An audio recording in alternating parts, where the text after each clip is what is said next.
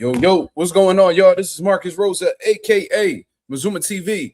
Back at y'all with some more boxing talk, man. I hope everybody's having a blessed, beautiful, positive, productive night. I hope you had a great day overall, man. I'm back at y'all with some more boxing talk. We're gonna be giving you guys some live fight commentary to Najee Lopez versus Manuel Gallegos. We also gonna be speaking about Jaron Ennis moving on from the Vergil Ortiz fight. Vergil Ortiz responding, and the ongoing back and forth that is going on between Devin Haney and Auntie Sco. Or if you want to say Kid Austin, you know what I mean? It is what it is. We can include him as well. But before we get into all of that, if y'all could please hit the like button on the way in, that'd be very much appreciated. We on the road to 4K. We well into the 3,400 mark. Looking to crack that 3,500 mark in due time. Shout out to the nation and the mob for making this possible.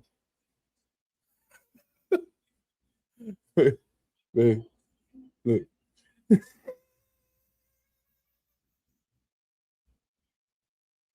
This little boy, man.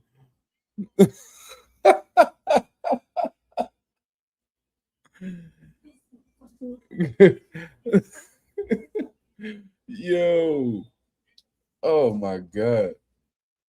Love you, baby. Love you, baby.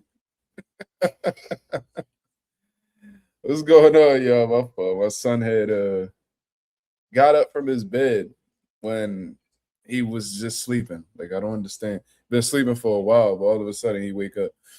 Shout out to the boy Shay in the building. What up? Marissa Alvarez, King of Brooklyn. Shout out to my Brooklyn people in the building, man.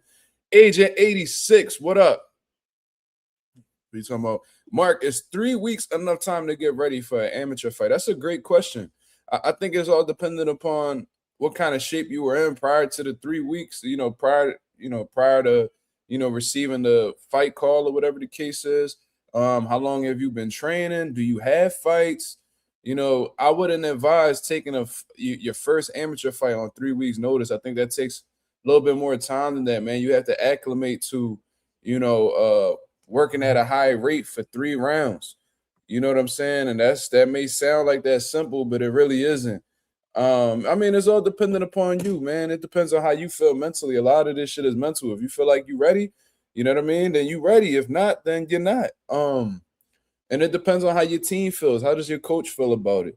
You know what I'm saying? Because he's the one that's going to be, helping you or attempting to help you get the victory in the ring. So, great question. You know what I mean? Like, for my current guys, I would be confident in them taking a fight on 3 weeks notice just because they stay in the gym. But if they coming off of the couch, then I probably wouldn't really encourage that at all. You know what I'm saying? So it's all dependent upon the situation. Carl Arline, what up? Smoochie, what up?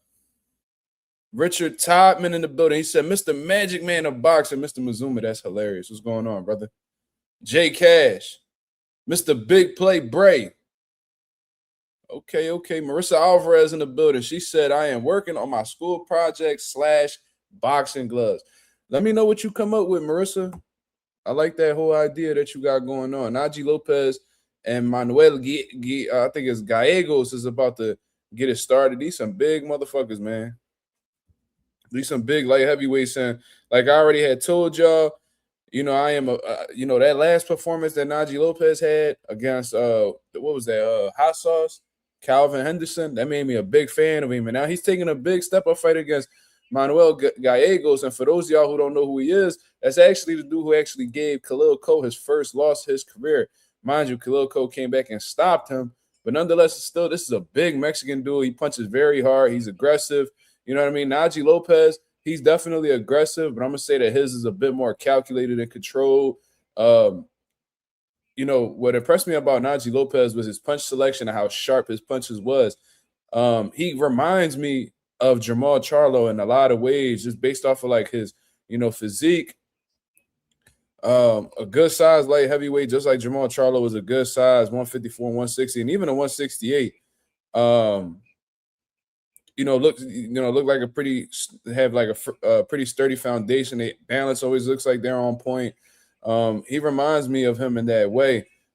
But off the rip, Gallegos is looking to be the aggressor, and he's trying to push Najee Lopez back. But Najee, he's staying firm, and he's working off of his jab right now. Oh, that was a beautiful right hand from Najee. That was a beautiful right hand from Najee. That definitely made Gallegos sit back a little bit. So they already throwing some heavy leather in there in the first round. This is a 10-round bout. That was a beautiful left hook to the body from Najee. See, this is what I talk about when I speak about the punch selection of Najee Lopez. It's very impressive, man. And everything he throws, it has meaning. You know what I mean? He's just not out there throwing punches with no type of knowledge, or, just uh, throwing punches blind. You know what I mean? Everything it looks like Najee does has a purpose. You know what I mean? So I guess you could say he's efficient in a way as well. Shay said, Mark, what do you think of fighters taking creatine and protein powder? I mean, I don't really have none of my guys do that. From what I understand, creatine keeps water in your system. So if you're looking to cut weight, I feel like creatine will really defeat the purpose of you attempting to lose weight. Creatine, I guess, is more for guys, and I could be wrong. I think it's more for guys who are looking to add on mass. Like, they're trying to get bigger. They're trying to put on weight. Like, they're trying to bulk. You know what I'm saying? That's what that comes across with me. Now, protein powder, I guess, is just, self-explanatory. It's protein. And I guess protein powder wouldn't be bad for a fighter as long as you're not overdoing it. You know what I'm saying?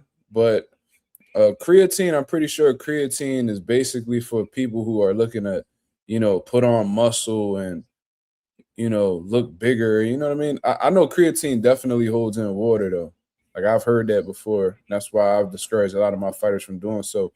Ooh, that was a good right hand. Najee's catching Gyos with some good shots, man. And they're clean, too. Gyos don't watch out. He can get knocked out. That was Gyos is hurt. Gyos is hurt. That right hook hurt him. But I love, you see how Najee stays composed? Ooh, beautiful uppercut. That was a beautiful end of the round for Najee Lopez. That definitely hurt Gallegos later on in that round. You see how the way he responded to all that? His corner knows that he's hurt as well. That's why they just dumped this cold water on his head. And you can see that they feeling the urgency as well in the corner. So they knew that was a pretty bad round, pretty bad way to end the round.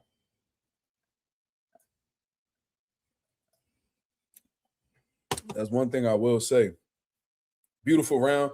Gallegos was landing some good shots. He looked like he landed some good body shots on Lopez while he was on the ropes, but beautiful uppercut. Jesus Christ. See, that's what impresses me about Najee, bro. Like, for him to be that young and I guess relatively green, I guess you would say, his punches are very crisp. Accuracy is really good. Yeah. Like, he knows how to put them together. He doesn't really miss. Like, he doesn't throw that many punches, but when he does punch, they usually find his target. Good body shots from Najee. So now they banging right now. So Gallegos feel like he got something to prove based off of them last moments in the first round. So he's looking to do some damage. But Najee's being defensively responsible. He's placing some good body shots that's definitely catching Gallegos' attention. Ooh-wee.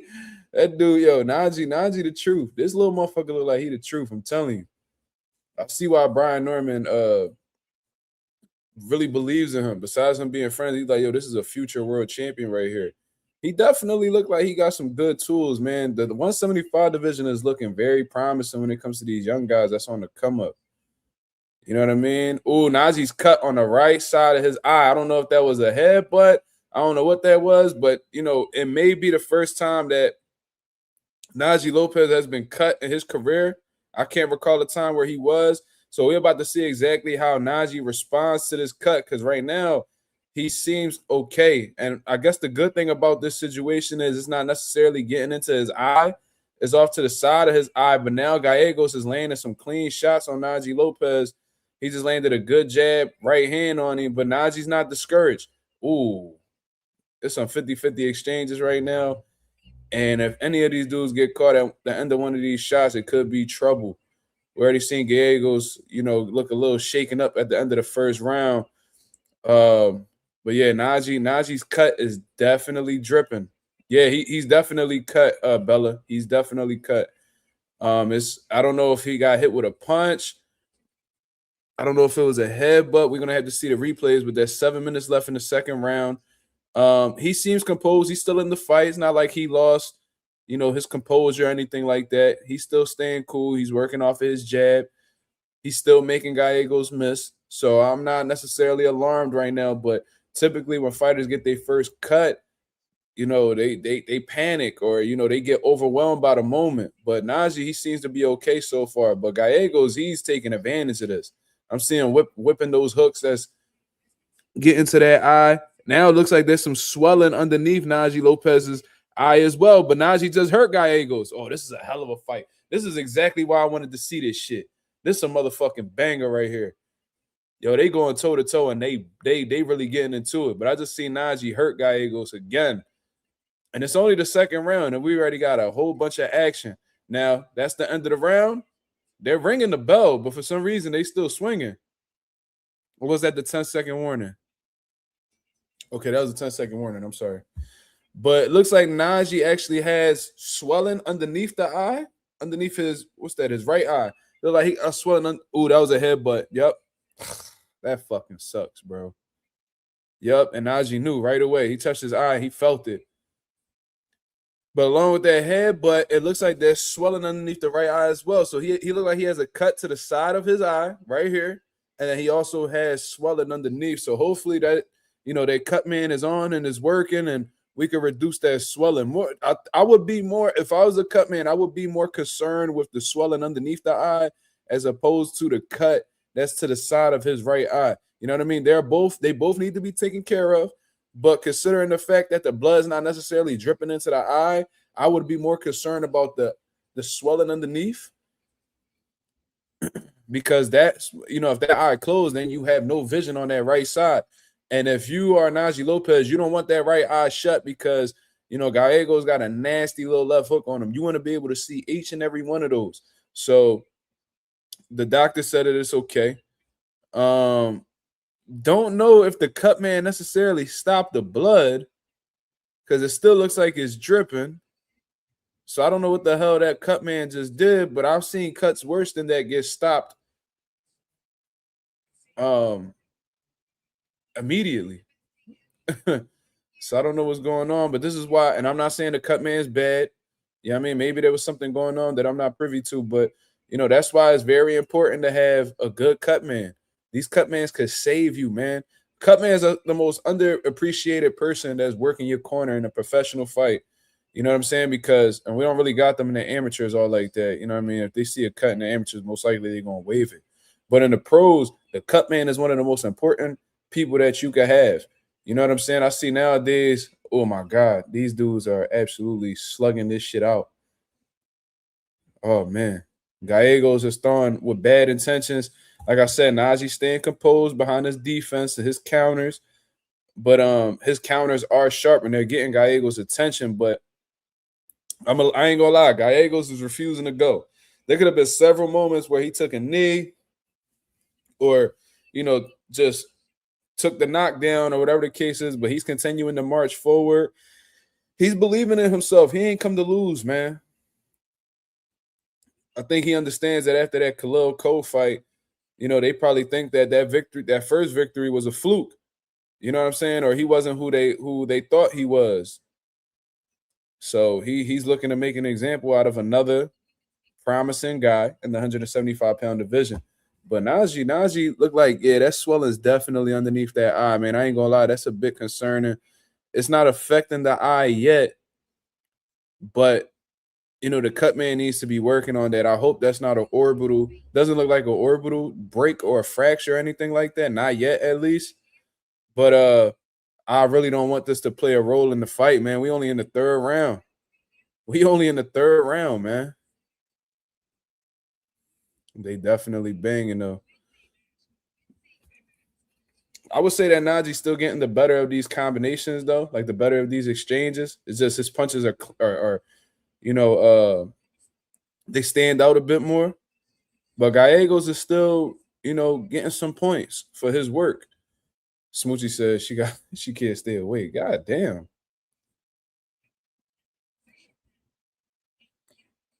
All right, so we got 18 seconds left in the third round. It seems like Gallegos lost a little bit of steam or whatever the case is. Why is she saying wow? What's going on? But that blood is dripping, man. Jesus Christ. We need that cut man on that immediately. Like, we don't need no corner. Yeah, yeah. Get the cut man right in there and let him work. Give him the instructions by the corner, by the apron. We need that. They need that taken away ASAP. We don't want this cut to be the reason why the doctor stops this fight, man. We don't need that. And if they do stop it, hopefully they stop it after the 4th round, so it could go to the scorecards. Said Schofield on Mill City right now. I do not care. I ain't even gonna lie to you. I put that shit in the caption just because. You know what I'm saying? But I really don't care about that topic overall. Like, this actual boxing going on between quality fighters right now. I don't really give a fuck about what Auntie Skull guys say. All he do is talk shit. Like, yo, shouldn't you be solidifying a world title fight with your son, bro?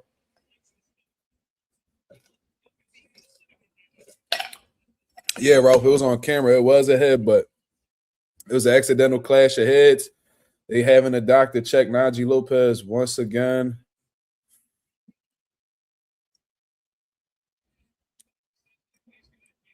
The doctor's going to allow it to continue. But the fact that they keep having the doctor check after the rounds, it lets you know they're concerned about the cut. I think Gallegos understands that. And that's why he's trying to, he's trying to put that pressure on Najee or make the cut worse or even knock him out possibly. You know what I'm saying? Because I think he understands, because this is the 4th round. So if they rule it an accidental clash, the reason for that cut, and they go to the scorecards, Najee probably won the majority of the rounds, but Gallegos is giving this dude hell right now. I ain't gonna lie. They both giving each other hell. They both having moments. But I do think the cut is having an effect on Najee, unfortunately. But hey, that's how these fights turn out sometimes, man. You know what I'm saying? Sometimes, fights could be a clean, flawless victory, and a lot of times it could get ugly. You know what I mean? Sometimes the unfortunate things like headbutts take a toll on the fight as well. Kind of like Fundora and Tim Tszyu. That fight right there, it was looking like it was going to be action packed, or it looked like both guys was going to go in and do their thing until that elbow from Fundora cracked the top of Tim Tszyu's head, and that bleeding really took a toll on him in the fight. Some of these things, a lot of this shit with boxing is mental, and if you have little unfortunate situations, they can have an effect on your mind frame. But Najee, he's pressing it. I don't see no bitch in his heart. I don't see him being discouraged at all. I actually see him pushing Gallegos back right now. We halfway through the 4th round. And he's landing some good shots on him. I like how the way Najee's working on the inside. You know what I mean? He's not one of those dudes that whenever you get in close quarters or at close range, they just shell up or try to hold. I see Najee working in there. But why Najee got to watch these hooks from Gallegos, because they're coming around the guard, and you don't want to get hit in the temple. You don't want to get hit behind the ear, because those shots right there can completely affect your equilibrium. And you don't want to have no equilibrium problems while simultaneously dealing with a cut that is profusely bleeding. That's not a good combination. You know what I'm saying? So Najee's boxing. Ooh-wee. Najee just ran Gallegos into a beautiful shot. Gallegos ate it. See these yeah, he definitely got a chin on him, boy. And Gallegos came out snapping. He ain't come to play with nobody. But I think Gallegos is starting to slow down a little bit, to be honest. And if he starts to slow down and Najee, still maintains like his sharpness and his, accuracy goes hand in hand with sharpness. Was that the end of the round? I cannot hear the bell. I'm sorry, yo. But Najee's definitely landing the cleaner shots though. Like, Gallegos is being aggressive and he's letting his hands go. Like, in terms of like clean, effective punches, I'm seeing that from Najee Lopez. You know what I'm saying? So I feel like he's up in the fight. We're about to head into the 5th round. Let's see exactly. And I see Gallegos' corner really motivating them, trying to pick,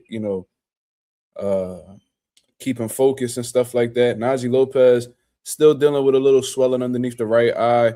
But I see the cut man is going to work on that cut.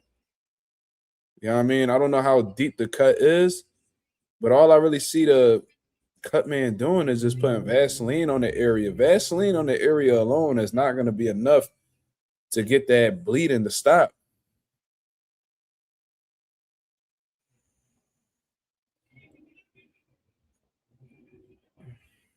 All right.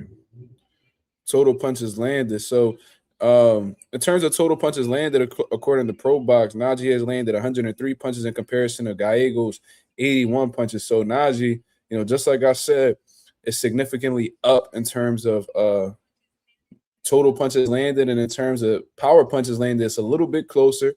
Lopez landed 71 to Gallegos 55, so there's a 16 punch difference.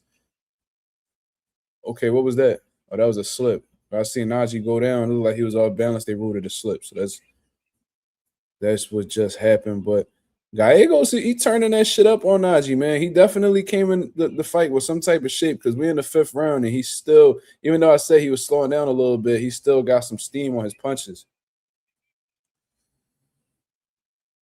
Yeah, this is a fight where Najee gonna have to buckle down, man. He gonna have to buckle down and really get this shit because this is definitely. I haven't seen every single one of his fights, but this does look like his the fight where he faced the most adversity for sure. But he fighting. He's staying sharp too, man. Love how he transitions from defense to offense. You know what I mean? Right at that was a good right hand from Gallegos. Shit. These dudes is getting hit with some good shit. Both of their resiliency is on full display right now. I'm not gonna lie.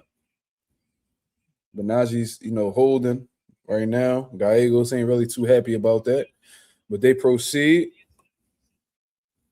What I would like to see, and I understand that Najee's going through some things in that ring right now.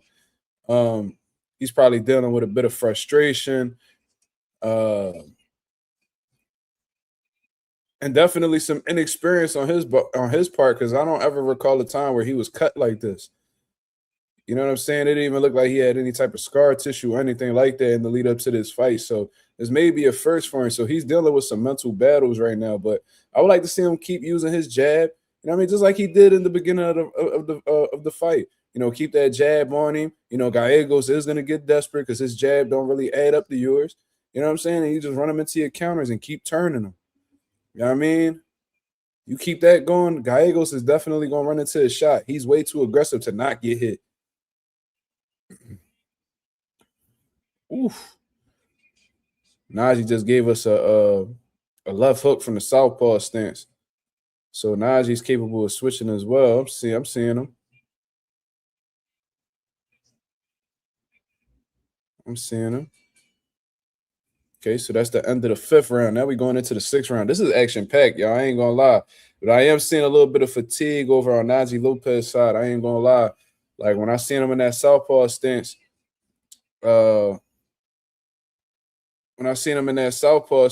seen him throw punches, but it looked like it was like you could tell when somebody still got some steam on their punches, or they dealing with some fatigue. You know what I mean? He threw like a left hand to the body, and it looked like it was a bit sluggish. So I don't know if that's fatigue or he don't really believe in his punch selection from the southpaw stance. I don't know what it is, but Najee's definitely starting to look a little bit fatigued in there. But considering what he's going through, I'm not gonna say it's understandable, but I'm not surprised. I'm gonna say that.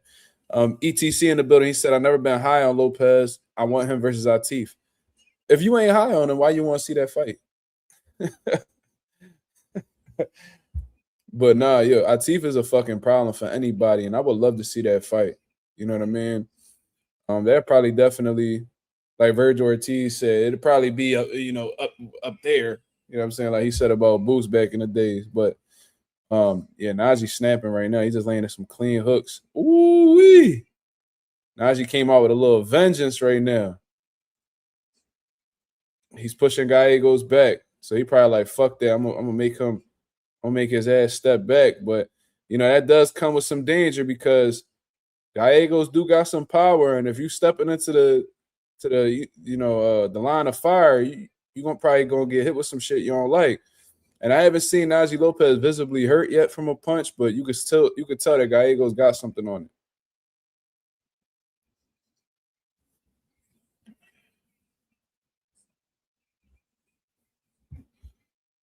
Ooh wee.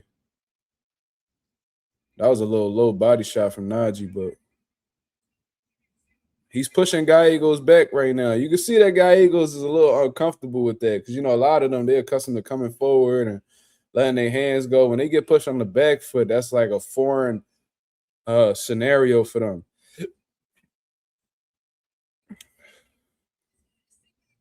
But this shit is a phone booth fight right now, man. Najee had enough. And he was doing a little bit of boxing and turning and all of that, but I guess with the fatigue setting in, he had to, switch the approach up. So he's making Gallegos uncomfortable right now with the physicality, the tying up, the working on the inside. So he just hit Najee. Najee stepped back with his hands down. That was foolish. And Gallegos popped him with a right hand. But the blood is still he's still bleeding profusely, man. So this is either a really bad cut, because now it's starting to get into Najee's eye. So now it's starting to become a situation. Now I'm starting to see Najee blink. So this cut, man, is either terrible or the cut is really that bad. I don't know which one it is, but I've seen cuts worse than that have been stopped. So I don't know what's going on, right? Ooh, that was a nasty right hand from Gallegos, bro. Najee definitely felt that shit, but he's bringing the fight to Gallegos. He ain't playing with him. Ooh, the fight definitely broke out, y'all. The fight definitely broke out. They banging. See, as soon as I heard that this fight was made, I knew these motherfuckers was gonna go at it, man. Whoever be doing the matchmaking for these guys over at Pro Box, they know what they doing. They giving us quality fights. And it's fucking free on YouTube at that. So, we definitely blessed to be getting fights like this for the low-ski. You know what I'm saying? This fucking cut man gotta be terrible. Who is this cut man? I'm looking at this cut right now, and it's like, there's no reason why I should be bleeding so much. Yeah, definitely some solid matchmaking, Bethaniel. ATC said because other people are high on him, it does a lot for our teeth on the come up. Pro Box behind him, and he's a recognizable name. Absolutely. That'll definitely be a big fight for both guys. And whoever comes out victorious, their stock gonna go up. But you know how the business dudes do, man. Our Teeth just signed a co-promotional deal with Salida Promotions and Win Records and stuff like that. So they're gonna try to build him up. You know what I mean? Same thing. I mean, Najee with Pro Box, so they do tough matchmaking. Maybe they want to let that marinate, whatever the case is. You already know I don't fuck with the marinate and shit. So, good right hand from Najee. He's hitting the shit out of Gallegos. Oh, Najee goes down from a fucking right hook. God damn. It was a little flash knockdown, but I'm telling you, Gallegos still got steam in his punches. And he spit his mouthpiece out. The referee puts it back in for him. Wow, Najee just got dropped. That's crazy. They banging though. No, that was a headbutt. That was another headbutt.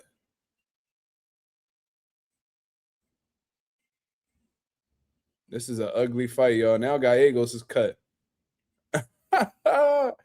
Yo, this shit right here, bang! I ain't even gonna lie to you. Najee came out strong, and he looked like he hurt Gallegos, but Gallegos hit him with a right hook and dropped Najee.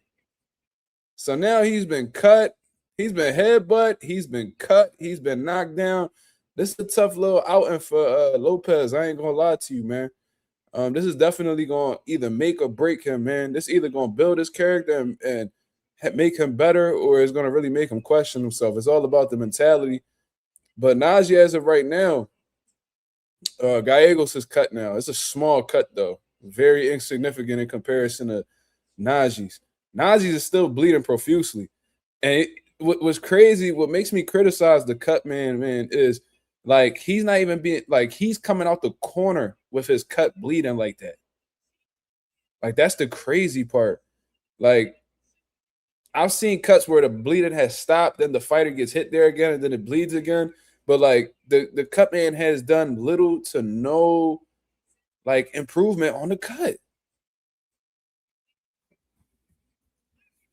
I ain't gonna lie. Shout out to my pop Lando Rosa. My pop would have stopped that cut. That's a fact. We had way worse cuts than that, and we stopped that shit. You wouldn't even know that motherfucker bled. Trying to tell you, a cut man is one of the most underappreciated people in the corner, and probably the most important people in the corner when shit get tough like this. Corner instructions are well needed, but if you cut and you giving ring instructions, that they probably can't follow through with the instructions because they worried about blood in their eye. But the blood is definitely getting in Najee's eye. He's getting hit with some clean shots. You know what I mean? He got to figure something out, man. He definitely got to figure something out.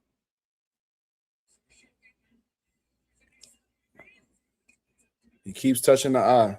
We just hit the 10-second. They just hit the 10-second marker. That's definitely Gallego's round considering the knockdown. But Lopez continued fighting through it. Let's see what this cut man does, man. I'm not trying to, be tough on the – see, look, it was a right hook. It was a right hook. Bing. He falls against the ropes. Bing. Right hook. Right on Najee's chin. And that was another knockdown. But that was off of a headbutt, so they just rooted a headbutt and kept it moving. I have no idea what this cut man is doing, man. He's using the same towel to wipe his body with sweat than he is to take the blood off of his eye. Am I tripping? Am I tripping? He's using the same towel to wipe the blood off his chest to wipe his eye. Still hasn't stopped the bleeding. It's still bleeding. Who the fuck is this cut man?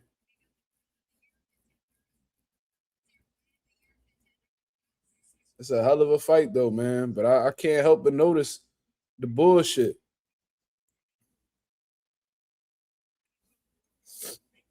Man, Pro Box know what they doing, man. Whoever they matchmaker is, that motherfucker a gangster. I ain't gonna lie. Ooh, Gallegos landed another big right hand on Najee. But he walked through that one. I don't even know how to score this, yo. I stopped scoring after like the fourth round.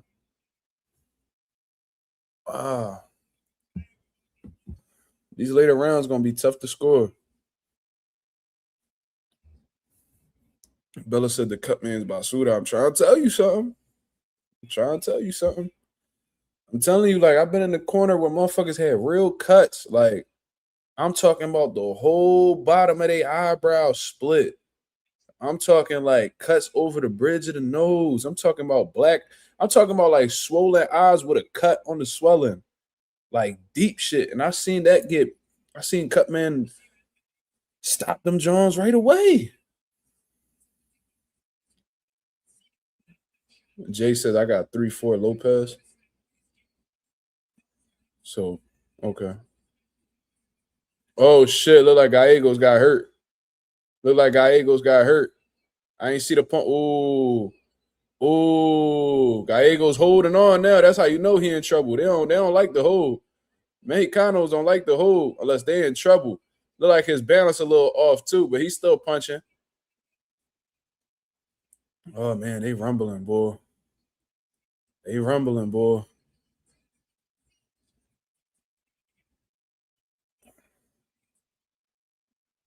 Gallegos is bleeding like a motherfucker too, boy. Ooh, good right hand from Najee. Gallegos holding on for dear life. He hurt than a bitch. There's 40 seconds left in the fight.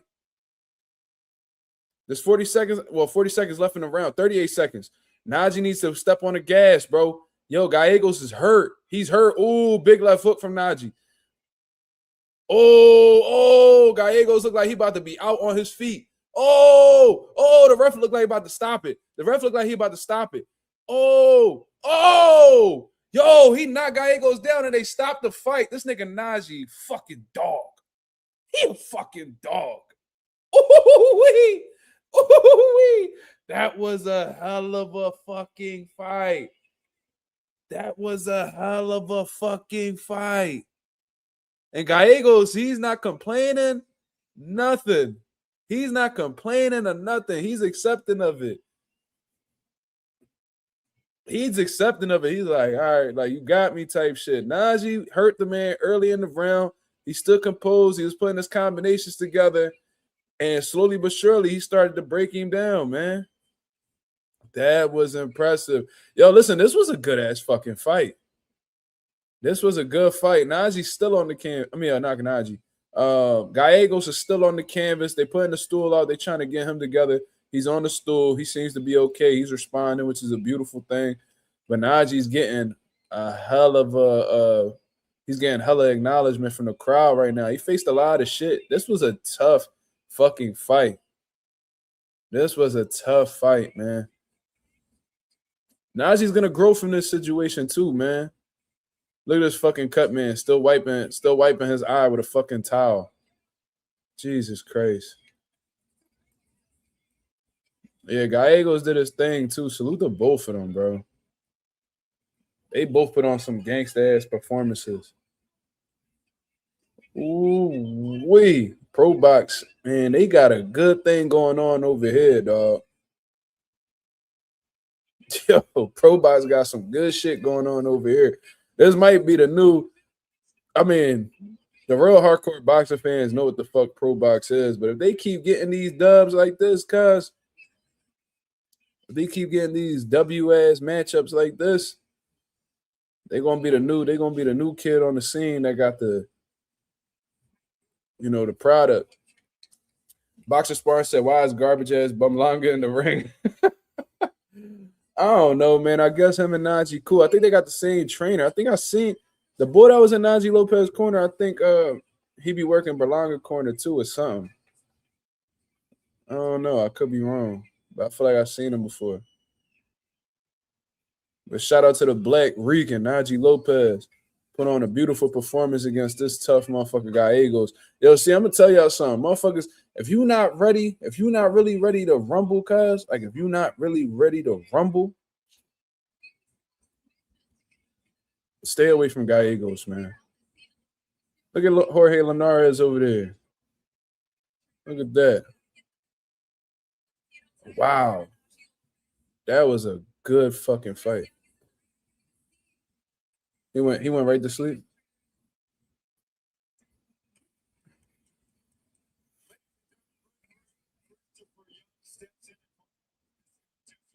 Man. God damn. He said that's why I love Mexican versus Puerto Rico fight. This shit fire, bro. I ain't even gonna lie to you. This was one of my favorite fights this year. This fight gonna go under the radar too. Like ain't nobody gonna be talking about this, John. Unfortunately.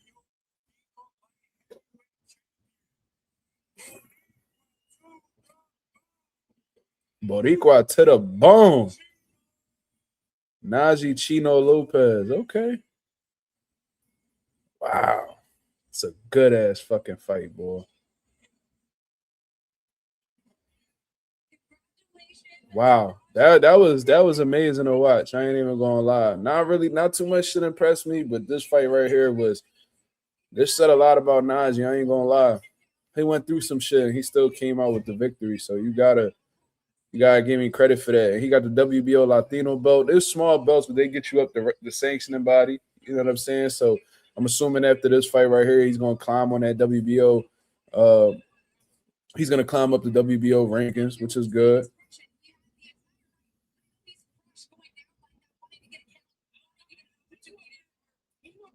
You got a whole team in there. That's what's up, man. That's what's up. Wow. Yeah, Gallegos is a tough out for any. That's a fact. That's a fact. You need to stay away if you don't know what you're doing. Like if you don't really believe in your guy or like that just yet, or he still needs some work, Keep that nigga away from Gallegos. I love it. See, and this is the composure that I'm talking about with Najee, because he could have crashed out and just threw all these silly ass punches. No, man.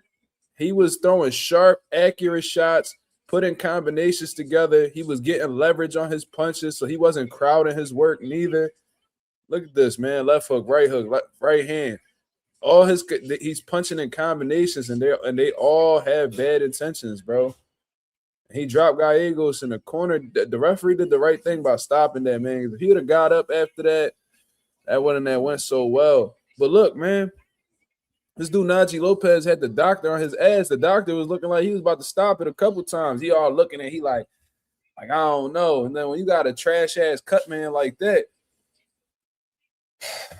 man, that's tough, bro. That cut man could have caused Najee this fight. His skill, his mental fortitude, his composure is what got him the victory tonight. That overrided the terrible performance from his cut man. Not gonna lie to you. But that's a cold motherfucker. Najee Lopez a cold motherfucker. I ain't gonna lie. You can't say that the nigga, I mean, he still needs like that top tier competition to see exactly where he's at. But you can't say that he ain't go through nothing. He faced some adversity tonight. Cut, knocked down. You know what I'm saying? Got hit with some good shots. He showed durability. He showed focus. He showed power. He showed accuracy. Let's see what they're about to ask Najee.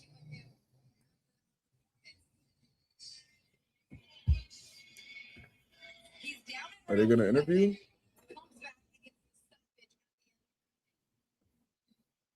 They said he was down around 7. Came back and got the stoppage.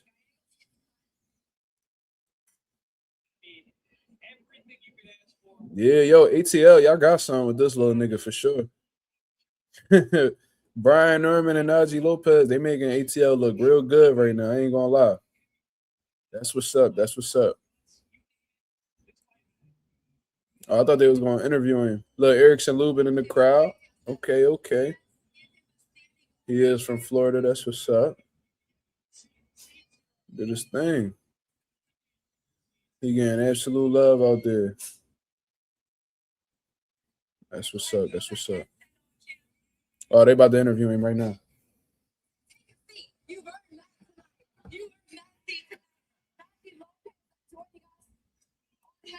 After what we have dubbed a fight of the year candidate, without a doubt, round 7, a round of the year candidate. I mean, how do you put into words what you just participated in? Man, first I want to give it to my Lord and Savior Jesus Christ, because man, my strength comes from Him. When I have my week, man, and that's just to show you guys, man, I'm a true champion, and I'm here to stay. I'm a true champion, and I'm willing to prove that every time I step in the ring. You proved that tonight. I mean, you had someone in front of you. He came in great shape. Man, he was the best version. He was the best version of Manuel Gallegos. He was the best version. I fought the champion. Absolutely. You fought the best version of that guy. You fought his fight and got dragged into a dog fight and finished it the way a true champion does. Man, I'm not gonna lie. That fucking ring was small, man. So it look like he got 2 cuts. 2 cuts with the swelling underneath the eye.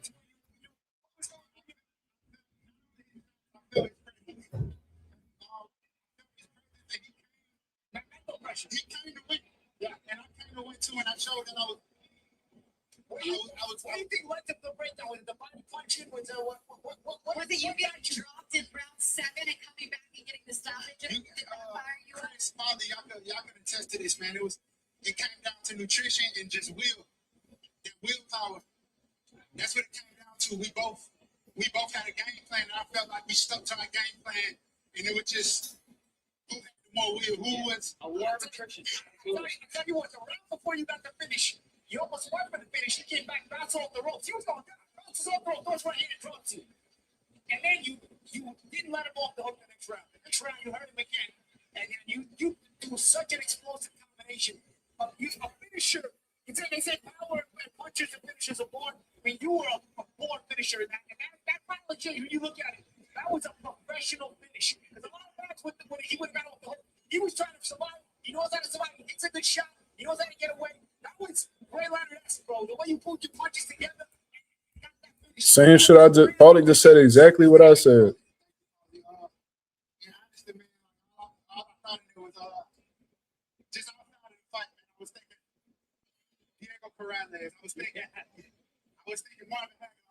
I was thinking championship shit. I was glad kind of performance. This cut's still bleeding, yo.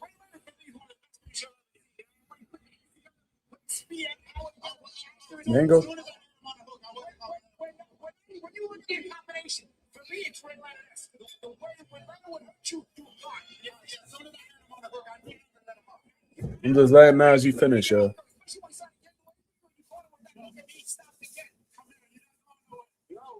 We want to show you some of the highlights. You take us through this 4 minutes. If you could take a look at this monitor right here. You walked in nice and clean, white tee. Not assuming that you walk out here with blood. Ooh, wee. Blood it down too. It didn't look like it. I knew it was going to get dirty. First round was so sharp. Everything was working. It looked like it was going to be almost an easy night, but round 2 came out. His chin. I mean, everything you hit him with. He just stood there with the same face. It was Will. He could take a shot. Let me tell you, yesterday in the fight meetings, he said in Vegas, he was sparring with guys like Morel and he had a tough training camp in Vegas. He came ready for you to fight. David Morel. He dropped the shit out Najee, too. This nigga's a beast, cuz. Najee's a fucking beast. I'm sorry.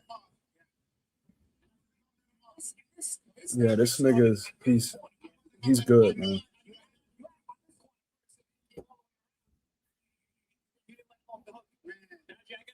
Nickname for you, Ice Veins, because you got ice in your veins, baby. That guy was dangerous, cold as hell, cold-blooded throughout. That finish was cold. The way you were responding to adversity was cold. You gotta have ice in your veins to fight like that. Well, maybe you changed. That's a tough motherfucker right there. Yes. She's not cheap. Something in terms of fighting. Check with you. What I said about you not snapping the jab as the fight went on, was it because of your eye? You won't let it see. Yeah, I could see. Najee couldn't see. That's why the fuck you need a good cut man, yo.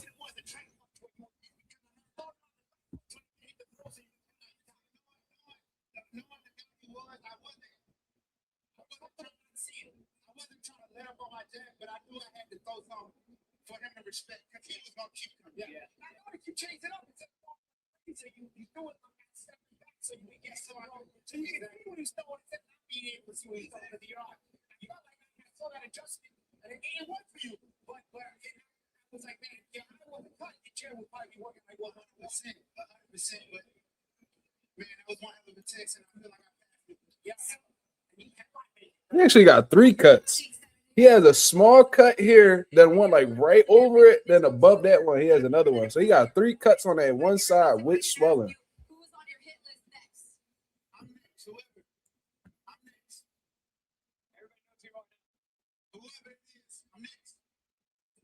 Salute to you tonight for that performance. Also, respect to Manuel Gallegos for preparing for you the way that he should have, taking you as seriously as he did. For you being the finisher tonight, that's a beautiful skill to have in boxing. Not only be able to hurt someone, but to be able to finish. We need more fighters like you. Thank you so much.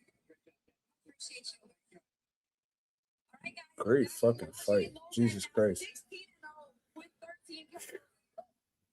That's definitely one of the fights of the year. So check this out, yo. Great fucking fight. Great fight. As soon as I heard that this fight was made, which was like a couple weeks ago, I was like, bro, there's no way that I'm going to miss this fight because I seen Gallegos fight. I seen Najee Lopez fight. He really impressed me with the Calvin Henderson performance, so I knew from there that it'd be a tough fight. I knew that I believed that Najee Lopez had all of the tools to get the job done.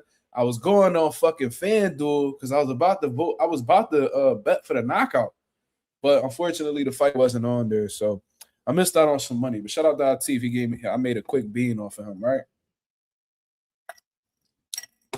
So, anyways, man, how the way the fight has started out, Najee Lopez is landing some sharp counters. You know what I mean? He working off of his jab. Everything was looking smooth.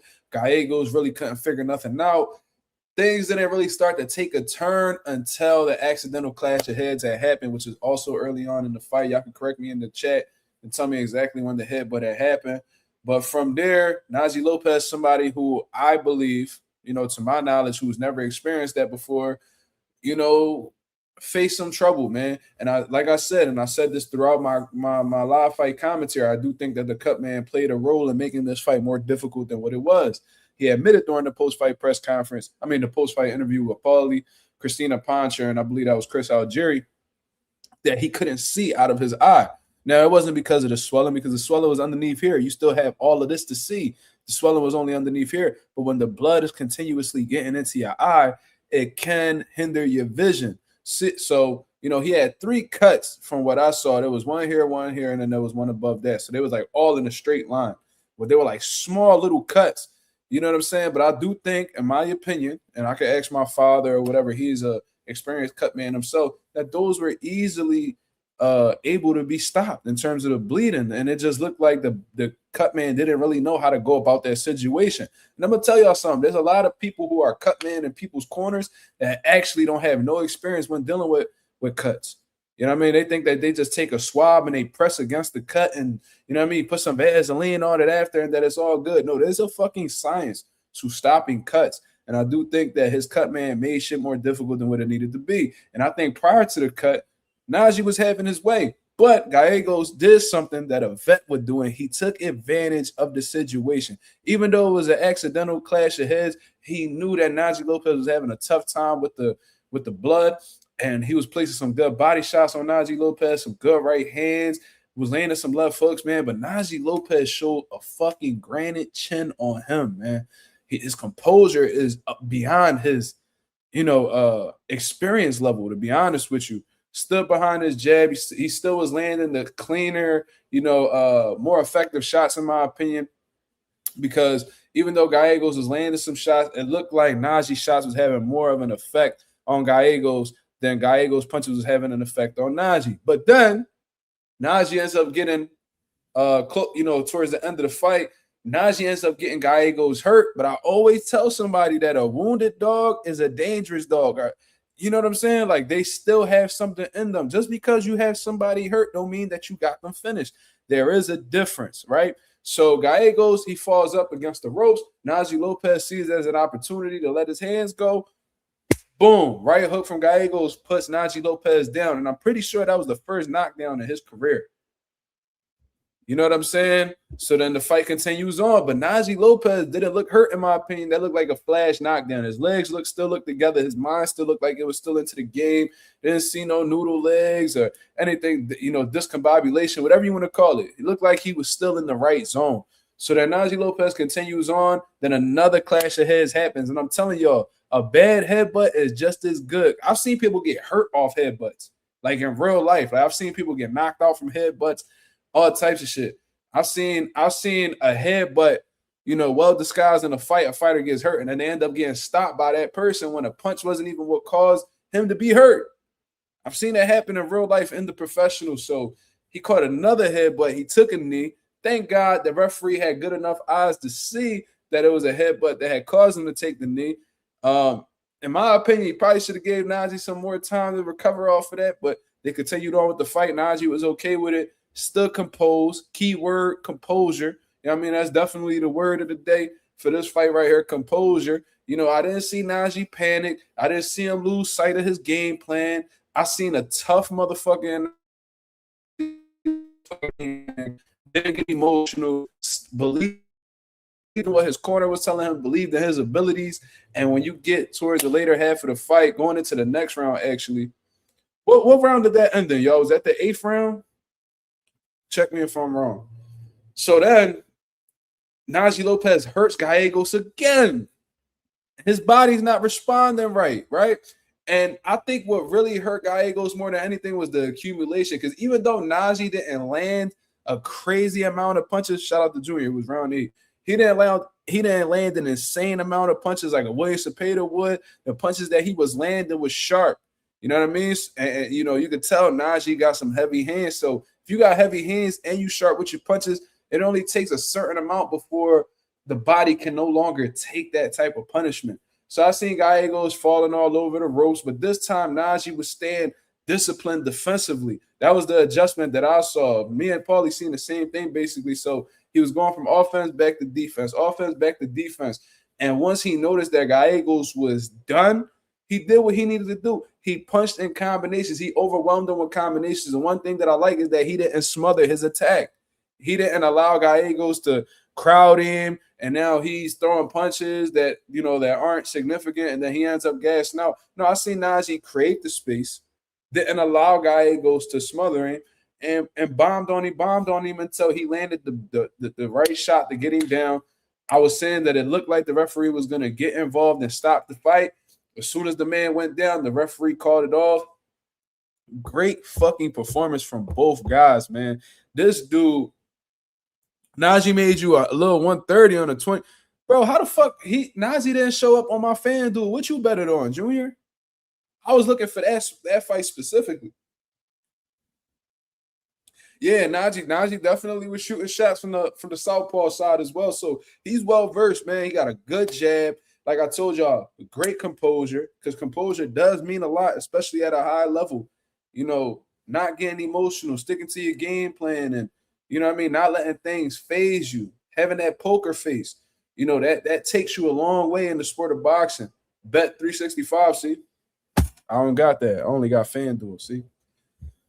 See, I'd have made some money because I was going for Najee Lopez for the stoppage, because I knew that Gallegos is there to be hit.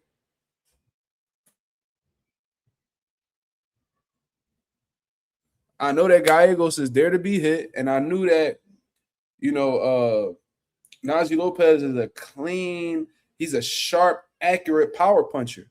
So I knew that he had the recipe to stop Gallegos. But Gallegos wasn't playing, man. He came to win. They said he was sparring with David Morrell and shit like that. Like, he got super ready for this fight. He did not come to lay down.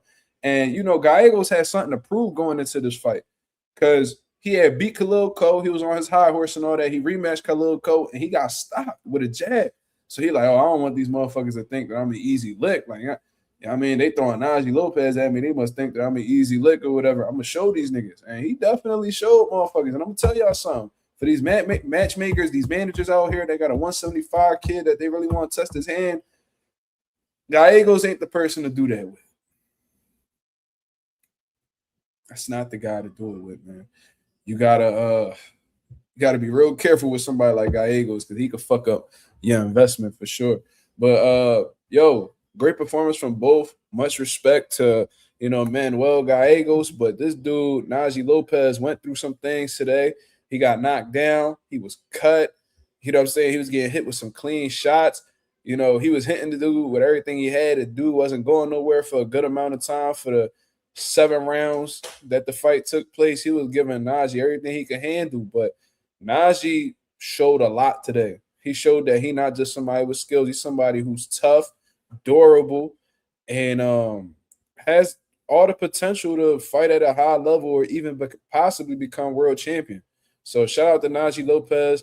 Definitely got to sit back and rest after a fight like that, man. You got to attend to those cuts. You know, you probably got to get all 3 of them stitched up, to be real with you. Let that swelling heal. Enjoy that time with your family, whatever the case is, man. I mean, go out to Puerto Rico and enjoy yourself, man. Shout out to the guy that says he's Boricua to the bone. I love it. I love it. And he got like a black first name with a Puerto Rican last name. You know what I mean? Look black. You know what I mean? But there's a lot of Puerto Ricans that look like Najee Lopez, believe it or not. But you know what I'm saying? He got a nice little mix-up. Shout out to the Black Ricans out here doing their motherfucking thing. You know what I'm saying? Shakur Stevenson and Najee Lopez. Beautiful thing, beautiful performance.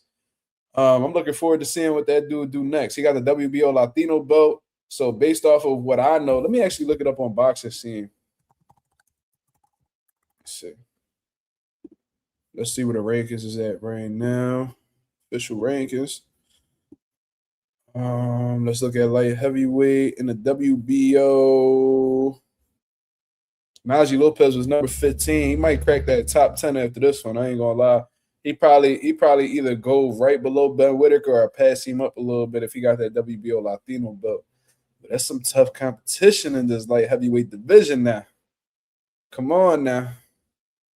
Altifo Burlington, number 5, Najee, number 6, in the motherfucking WBA. This fight might be closer than people think. They could possibly fight each other in a title eliminator in the WBA. You got Atif number 5 and Najee number 6. But Najee might take this WBO route. You know what I mean? But David Morrell is number 1. Artur Beterbiev is number 2. Buatsi number 3. You got Hot Rod number 4. Connor Wallace number 5. Not too familiar with Connor Wallace, but I do recognize that top 4. That's all tough. That's all tough work right there, man. Yeah.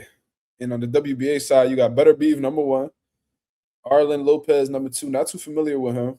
ITF, not really too familiar. I heard of Lapin. Atif O'Brien number 5, Najee number 6, Deion Nicholson number 7, Ezra Taylor number 8. I've been hearing about him. Yeah, was Jose Uzcategui still in the mix? Damn, forgot about him. But Najee Lopez in a good position because he's actually ranked in the IBF, the WBA, and the WBC. Oh, he's ranked in all 4, right? Yeah, he's ranked in all 4 sanctioning bodies. Shout out to Najee Lopez. Let me see what the people talking about, man. Anaj, I'm sorry if I'm saying your name wrong. Tio punching the wall somewhere with these Black Regans. That's a fact. He upset. Oh, shit. My boy Justin Jackson said you want to see him and Cole. Man, Cole got to worry about making weight first, man. Did I even see Khalil Cole on any of these rankings? Let me see. I don't see him on any of these Jones. Where's Khalil Cole at? I probably read over his name. I don't see him on any of these sanctioning bodies. Nope. Damn, what they punishing Khalil Cole? What's going on? Damn, they ain't like his last performance. Khalil Cole got to get himself back in the mix for real, for real. Khalil Cole missed weight all crazy against Jesse Hart. Low-key lost to Jesse Hart, got a gift. Right now, he ain't doing what Najee doing. I'll tell you that. And I ain't gonna lie, if they fight, I like Najee Lopez over Khalil Cole. Khalil's strong. He's strong than a motherfucker. But I do think that Najee Lopez is strong in his own right. We just seen that tonight. Sharp, offensively, responsible with his defense, too. I felt like he ain't really start getting hit for real until that cut started playing his part. You know what I'm saying? But I like Najee Lopez over Khalil Cole right now. The fight right now is him and Atif. Najee Lopez versus Atif, that shit would go crazy. Oh, man, Atif got some big fights lined up, man. 175 got smoked. We ain't even talking about David Morrell. We not even talking about Ben Whitaker. We ain't even talking about Bivol. We ain't even talking about Beterbiev. We not even talking about Benavidez. This light heavyweight jumping right now.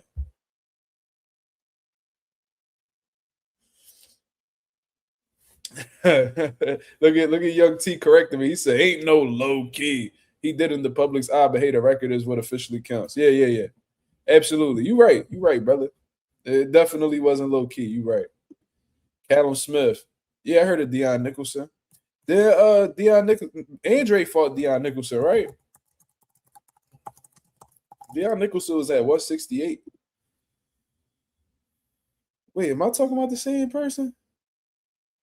No, I'm clearly not. I'm tripping. I'm talking about Damon. I'm sorry. I'm talking about Damon Nicholson. No, in that case, I'm not familiar with Deion Nicholson. I'm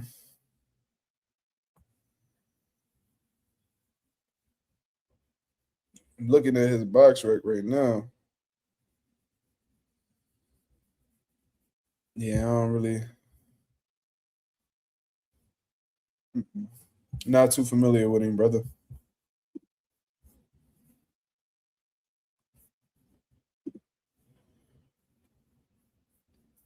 Oh, yeah, I do. Yeah, now that name rings a bell. He was supposed to fight Beterbiev.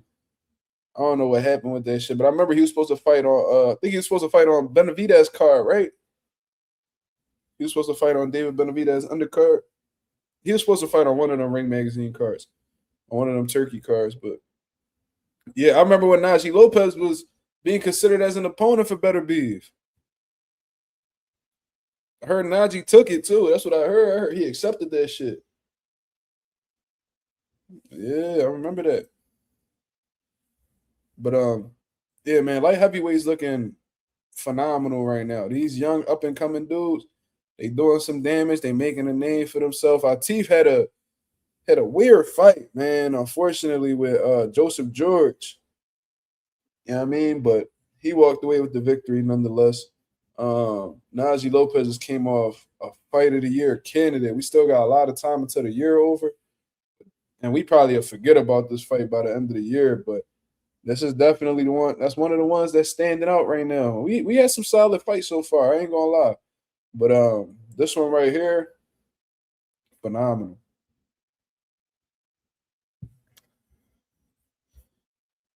Young T said, "I'm gonna have to check out the light heavyweight division. I've only been paying attention to 130 to 154. I feel like that's a lot of people though. You know what I'm saying? I pay attention from like I pay attention to a lot of these weight classes to be real, but I would probably say from the ones that I'm paying the most attention to, it's probably 115 a heavyweight. I think I gotta get more. I gotta get my knowledge up. And the only reason why I'm paying attention to 115 right now is like because of Bam and shit like that. But I think Bam moving up to 118, right, y'all?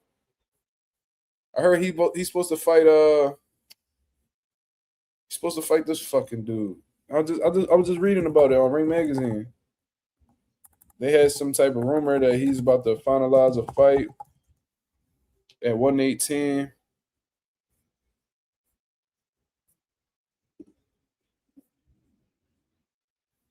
I was gonna say Fernando Martinez, but that's what he just beat. I just heard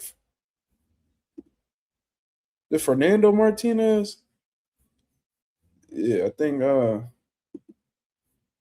they're saying he gonna fight Fernando Martinez or something.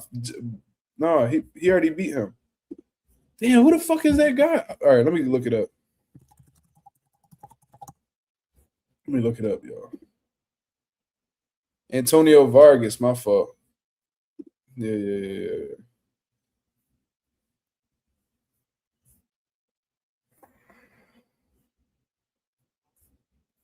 Why don't I see that shit? Whatever, bro.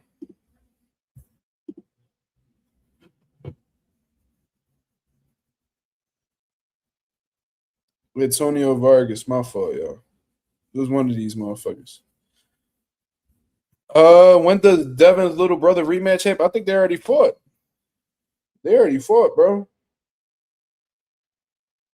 They already fought. Let me see.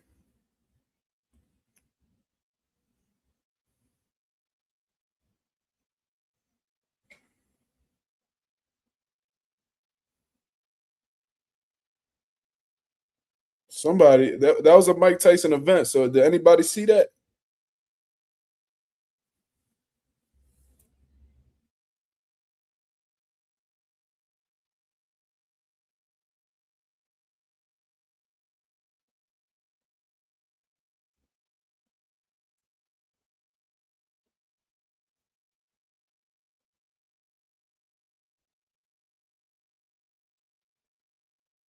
Hmm.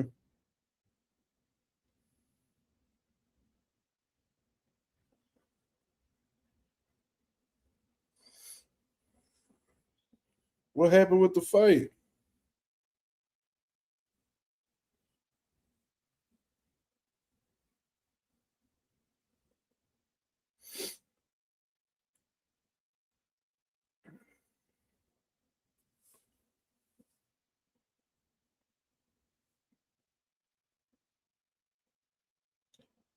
Yeah, somebody gotta update me. I don't know what happened.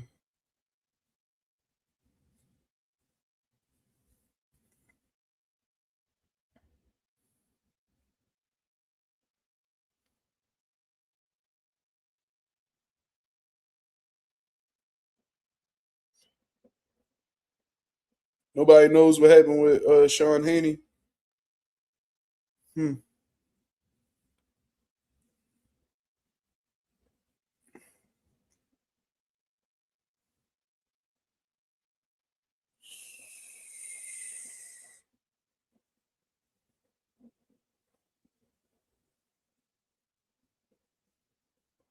Yeah, I don't know. They said it's tomorrow. Is it? I thought they weighed in today, so they fought today.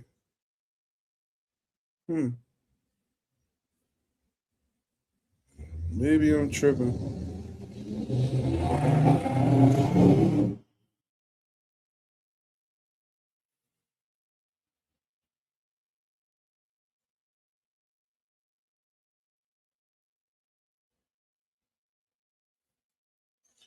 All right.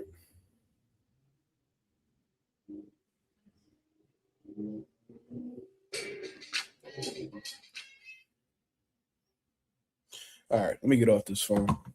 I can't figure it out, so maybe they are fighting tomorrow. But anyways, let's see what the people in the comments saying. I gotta actually edit this title too. Shit.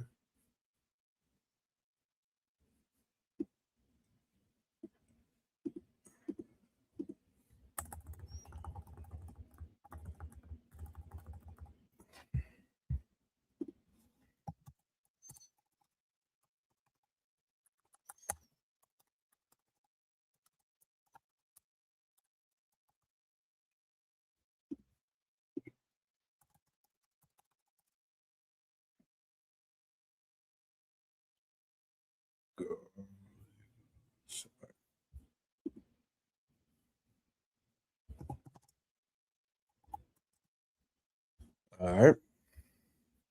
Talk to me, y'all. What's on the people's mind? Talk to me, y'all. What's on the people's mind?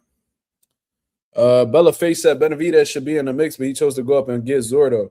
Yeah, definitely, because it's a unification fight. So, I understand where Benavidez is coming from. You know what I'm saying? Like, he had to face bullshit at 75 like he did at 68. He was mandated to fight Bivol. Bivol gave up the belt. So now he's like, all right, like, I'm trying to fight Better Beef. I'm trying to fight Bivol. Look like they pretty much stuck on trying to fight each other next. You know what I mean? What else am I supposed to do? You know what I mean? I just beat up on Anthony Yard. You know what I mean? Like, I can't get any of the champions, but this motherfucker Zordo up in the following weight class got 2 belts, and he said he want to rumble me. So why wouldn't I do that? So I get it. And plus, they sparred before, so Benavidez know what he could do and what he can't do with him. So, because it's not like Gilberto has fucking significantly changed as a fighter since they've sparred. So I understand why he's doing that, but he made it clear that after he does that, he's going back down. So if he could become a 3-division world champion, fuck it, do it. You already won a couple world titles at 68. You won a title at 75. I mean, you could become a unified champion cruiserweight with your first fight there. That's impressive. That's impressive, man. You know what I mean? But he made it clear. He keeps it real transparent. That's why I fuck with Benavidez. He said once he get done with Zordo, he going back to 75. He want to see what's up with him. Like, he want to see what's up with Bivol. He want to see what's up with Better Beef. You got to respect it. You got to respect it. Ain't no way. You lying. No, I'm gonna get to that comment boxer. Hold on. Trick said if Najee Lopez gets another step up win and then fights and beats the winner of Smith and Morrell, people will be calling for Najee and Benavidez, Mexico versus Puerto Rico. That's a great way to look at it. Some hypotheticals in there. Definitely not going to be. It's going to be easier said than done to beat the winner of Smith versus Morrell. But if he was to beat either Smith or Morrell, or this motherfucking Najee is the truth, and he got to see Benavidez after that. You know what I mean? But yeah, I mean, look, he is that close to fighting for a world title. Like, he beat Calvin Henderson, he just beat Manuel Gallegos. So now it's like for Najee, I feel like the only thing that's really missing is him beating up on, like, him fighting like another top contender and like a high rank contender at 175 and throwing off one of them guys. You know what I'm saying? And once you, because that's how you're supposed to do it, man. You're supposed to beat up on these guys that's like gatekeepers of Gallegos. I'm not going to say, I mean, he is, I guess he is a gatekeeper at this point in time. You beat guys like that, Calvin Henderson, dudes who, solid skill sets, not world level, but solid skill sets. You know what I mean? There'll be a good little, tune-up fight to get to really build on Najee Lopez. Have him fight Volzdik. He could beat him right now. He could be Volzdik. I think Volzdik was Zuffa right now, but look, man, he coming off of a knockout loss. You know what I'm saying? I don't know if they allow it. You know what I mean? I think he was Zuffa, but that's like the type guy that you should fight. You know, I'm still got something left in him. You know what I'm saying?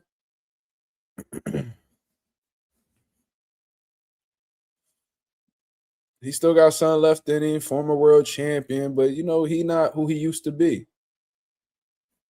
You say you rather him fight Hot Rod? I mean, yeah, I mean, Hot Rod's the better opponent right now, but I'm saying just for the purpose of, you know, fighting experienced guys, you know, like building on your, you know, your confidence level, you know, sharpening up your tools. Volstig will be a good fight for Najee Lopez. It ain't like Najee Lopez is a number one contender for anybody's belt. You know what I mean? It ain't like he's obligated to face anybody right now. So I feel like the only thing that's really missing in terms of building him up is like getting some guys that, you know, won world title. Like what they did with Xander Zayas right before he fought for a world title. He beat up on Patrick Teixeira. That was a former world champion right there. A lot of these dudes, when they going through that, you know, when they going through the building process, they'll go beat up on a former world champion. That's why Jorge Linares was getting beat up by Devin Haney, and Gamboa was getting beat up by Tank Haney and everybody else. Like them dudes, if they stick around, like motherfucking Jose Pedraza. Look what Tito Mercado just did to him not too long ago. What Keyshawn did to him. Yeah, I think Keyshawn beat up on Jose Pedraza, didn't he? I think he did. But regardless, like all of these old champions that still need a couple dollars, or they still feel like they got it or whatever, add these niggas to these young niggas' resume. That's all. I feel like that's the only thing that's missing on Najee's record. You know what I'm saying? Just beat up on like a little former world champion just to say that you got a world champion on your resume and all that. And you could go on. But if they want to throw him in there with Hot Rod, fuck it. I want to. That's a good fucking fight. You know what I'm saying? Hot Rod would be the guy that I would take after I watch Volsdik, though. That's a former WBC world champion. He fought fucking David Benavidez. He fought fucking Artur Beterbiev. Let's say he stopped Volsdik in 2 rounds. That's something that neither Beterbiev did or Benavidez. They're gonna attach his name to those guys without him not even being within their vicinity. That's smart. That's calculated moves right there. I can respect that type of shit. You know what I'm saying? That's what Top Rank been doing for their fighters for years.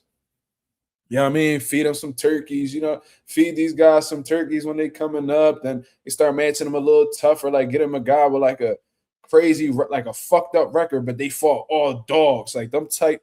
Then they'll match you with a guy who, you know, probably got like 5-6 losses that fought all tough guys, but never been knocked out. Can you knock out the guy that's never been knocked out? Then they'll start matching you. Like once you start going through that, then they're gonna give you a former world champion that, you know, he ain't who he used to be, but he still got some tools in his toolbox. He can make shit a little difficult. This is a winnable fight for you, but you can learn from it. Then you'll beat that guy or whatever. Then they probably had you a lot. Sometimes Top Rank just skips fighting other top contenders overall, but then they'll have you fight like a top contender in a title eliminator maybe. That's optional, it seems like sometimes. And then they just throw you, then they'll put you in a world title bout. Most likely, the WBO will most likely be the first belt that a top ranked fighter will fight for. Sergey Derevyanchenko, yeah. Willie Hutchinson, that's not a bad one. I've seen Willie fight before. Zuffa would rather sign him to a deal for real. What? So this is what I want to know. What is Zuffa going to give Najee Lopez that Pro Box isn't giving him? They're giving him quality fights. They're keeping him active. Is it the money? I don't know, man. Like, I think that this whole situation that happened with Opatai with the IBF and, you know, Zuffa and all that, man, that's going to discourage it. You know, there's going to be some people that sign with Zuffa. Let's not get it fucked up. But that situation right there with the sanctioning bodies and all that, Zuffa and fucking, you know, versus all these world titles, you know, all these world sanctioning bodies, that's going to discourage some people from signing with Zuffa, bro. I'm telling you. I can see both sides. I can see how some people be like, you know what, fuck these sanctioning bodies. I'm going to go with Zuffa because they just try and take our money. Then I can see some people being like, oh, Zuffa don't want to acknowledge none of the world titles. Well, that's what I've been fighting my whole life to try to get. I ain't about to sign with them niggas if I can't fight for a world title. What do I think about the Tellez Brian Mendoza fight? I gotta see where Mendoza's at right now. Because to be real with you, I haven't seen Brian Mendoza fight since he lost to Tim Tszyu. So where or was did he knock out Fundora? He knocked out Fundora after he lost to Tim Tszyu. Let me see exactly what was the last time I've seen Brian Mendoza fight.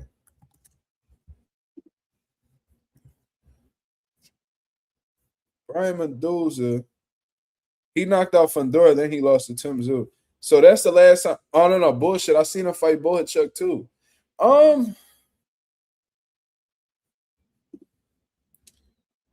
Okay. So he slept Fundora. Then he lost to Tim Tszyu, which was I think that was my favorite Tim Tszyu performance. I ain't gonna lie. I like that fight. But then he lost to Bohachuk.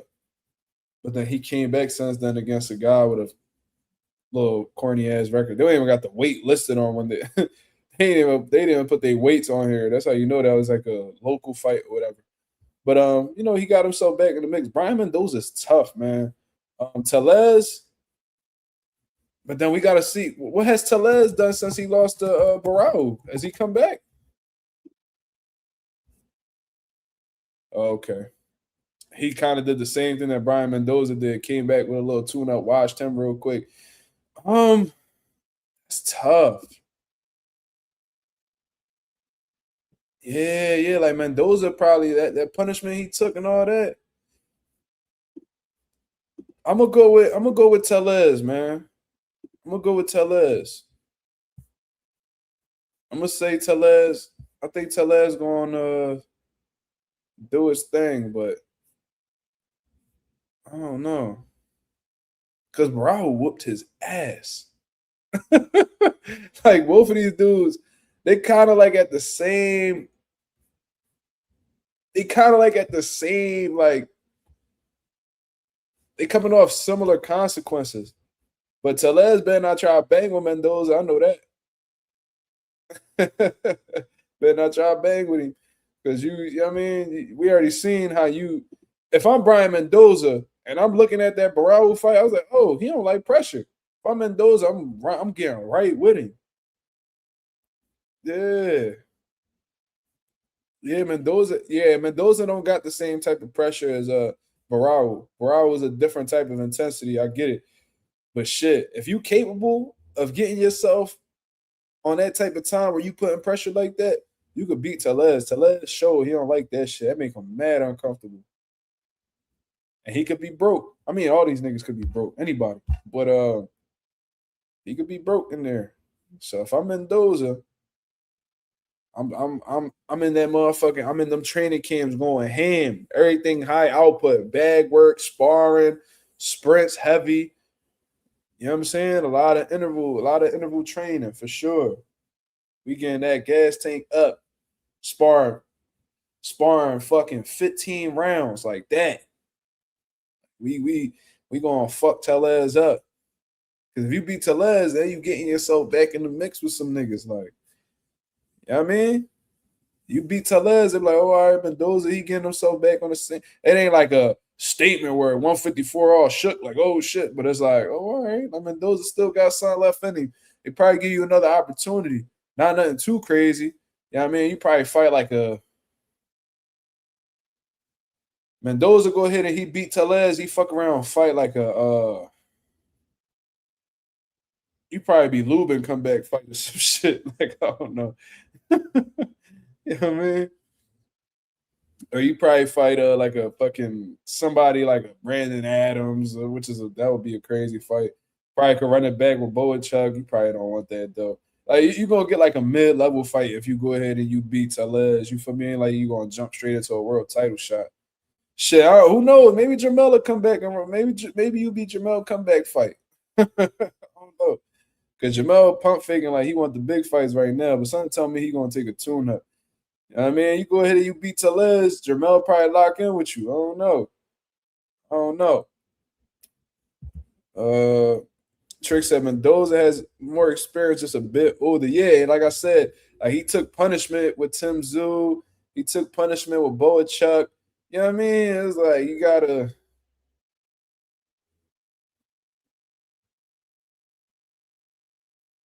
We gotta see what's left of him. You know what I'm saying? Uh, Let me see. Junior said Mendoza trying to do something heinous. Yeah, remember Jesse Hart said that? I'm trying to do something heinous to this nigga, man. Yo, I still to this day ain't never heard no shit like that. That is hilarious, bro. I think your name is supposed to be nostalgic. It says I feel like when Zufa signs a few big names, everyone gonna follow. I mean, for the most part, I feel like they got a Connor Ben signing, but I guess you're talking about like a big signing like a Shakur or a Dev or a Tank. Possibly, because a lot. I'm gonna keep it real. A lot of these motherfuckers is followers. A lot of these boxing niggas is followers. Like for example, if a trainer has like a really quality a really skilled fighter in they stable, other fighters gonna see that, think the grass is greener, and try to join that team. Like you can't name a trainer who ain't had success and they had a bunch of niggas follow afterwards. Like Derrick James, when they seen what he did with Errol, Jermell Charlo came out the mix, then Frank Martin came out of nowhere, and Anthony Joshua, all these niggas that would never look Derrick James' way if it wasn't for Errol Spence. Then like with Bozy made a crazy product with Boots. Stephen Fulton came along, you know what I'm saying? Haven Brady, Tamir Smalls was a day one from what I understand. I could be wrong. They're like, Bozy's his assistant coach anyway. You get what I'm saying? Like all these motherfuckers started coming around, Andy Cruz, and you know what I'm saying? Like motherfuckers is followers like that with trainers. So imagine what they'll do with promoters. I remember when everybody was trying to sign with Al Heyman, when PBC had the ball rolling and they was making all these crazy fights. Everybody wanted to be with PBC. When Floyd Mayweather was promoting, all the young niggas wanted to be signed with Floyd. Um, yeah, like a lot of this shit in boxing, it just take one good motherfucker and everybody follow. Let's see a Zufa versus Pro Box card. They don't want to deal with nobody. They don't want to deal with promoters. They don't want to deal with sanctioning bodies. They want to isolate themselves. Like Zufa, like how the way North Korea be acting, not to get political and shit. But y'all be people how like North Korea don't fuck with nobody. You know what I'm saying? Like them niggas just be to themselves. Like nigga, we ain't dealing with none of y'all. We don't fuck with y'all. Like we got a couple allies and shit. But like, for the most part, we to ourselves, we isolated. Like that's how we feel. Like Zufa trying to turn the whole world off and just be worried about themselves. Like they trying to take that UFC approach. You feel me? And that shit just don't work like that. Let me see. Ammo got extra time to get a new tail now. Man, go ahead, Ralph. Man. I ain't got nothing to say about ammo. I'm gonna be right back, y'all. We're gonna take a little break and get right back into the mix.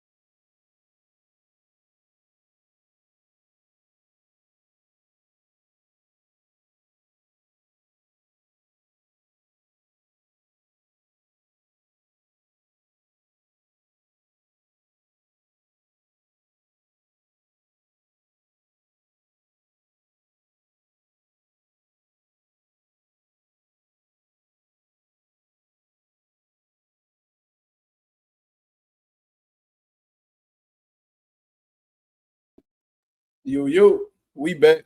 Just came off of a brief intermission. I hope everybody's doing well, man. Like I said, man, congratulations to Najee Lopez. That was a beautiful performance over Manuel Gallegos. You know what I'm saying? I was supposed to speak on the Jaron Ennis situation yesterday, but unfortunately I took a nap, and that nap became sleep. So I took a nap. I swore I put my alarm. I don't know if I was dreaming or what. Put my motherfucking alarm on. When I woke up, it was 7 a.m. I'm like, oh shit. All right. It is what it is. But just to speak briefly on that situation, man, I told y'all. I knew this shit was gonna happen. Like as soon as I seen that they was going to court and all that, I said, bro, Jaron Ennis just need to move on. I mean, he need to move on. It is what it is. And Jaron didn't really say Boots didn't say too much about it. You feel what I'm saying? Let's see where Boots is at right here. I don't think I follow. Do I follow Boots on Twitter? I do. Okay. So he had wrote, on the 12th, which was 2 days ago now. It says, I did everything in my power to make this fight happen for the fans. I waited long enough and I stayed quiet through it all. Very true. He does stay quiet. It looks like Vergil or his team really didn't want the fight. I came to his fight in his hometown and told him he was next. That was November. His March is still nothing. It's time to move on. 2 division champion up next. I told y'all the truth was going to come to the light. So I guess what he means by that is everybody was saying that I was ducking. You know what I mean? Well, I had other shit going on, but guess what? I'm here now. Let's see if motherfuckers want to fight.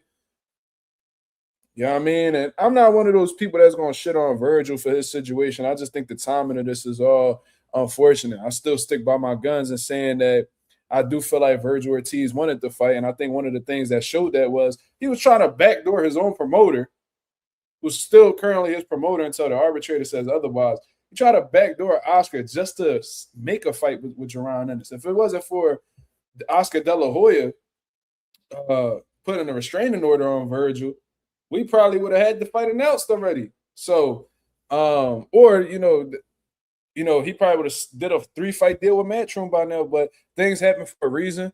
You know what I mean? Vergil has to figure that shit out with his promoter and all that good stuff. Like I said, that could take a shit ton of time. That could take between a few months to a year, maybe 2 years. We seen fighters sit down for years trying to get shit situated with their promoter, and shit could get very ugly, man. And I was saying how, and one of the arguments that I was making was that because there was a lot of people that was saying that they only go into court and not fight Boots, and I don't think that's a situation at all, man. He was backdooring to get away. Get away from who? It wasn't to get away from Boots because that 3-fight deal included the Jaron Ennis fight, according to the documents. So they said it was a 3-fight deal. I think what they said, he could have made upwards of like $20 million. You're not Tricks. You saying you disagree? Are you disagreeing with me, or are you disagreeing with what people say? Because I didn't say that Vergil didn't want the fight. I just think he said if you see Boots tweet, he says. Well, he did say Vergil or his team really didn't want the fight. So, I mean, that's his opinion. You know what I'm saying? Maybe he knows some things behind the scenes that we don't know. I'm sure he has more information on the situation than we do. But I don't think that that's the case. You know what I'm saying? I don't think that he would have went out of his way behind the scenes to try to lock in a 3-fight deal with Matchroom if, if he truly didn't want the fight. I don't think he would have tried to backdoor his own promoter. I think that showed how much he wanted the fight, to be honest. But they said that he could have made upwards of like $20 million. I think, what was De La Hoya's minimum with Vergil? What was it, $3-4 million? I think it might have been less than that. I think they offered Vergil $4 million, but his minimum was like 2.5 or 3. And Meridian was like, man, for this fight, we could get more than that. So he was like, shopping. And Eddie Hearn gave him a deal that was a lot better than the Golden Boys. And in their eyes, they not a Golden Boy fighter no more because Oscar was in breach of the contract. But Oscar got them lawyers involved, and now this motherfucker Vergil stuck between a rock and a hard place right now, man.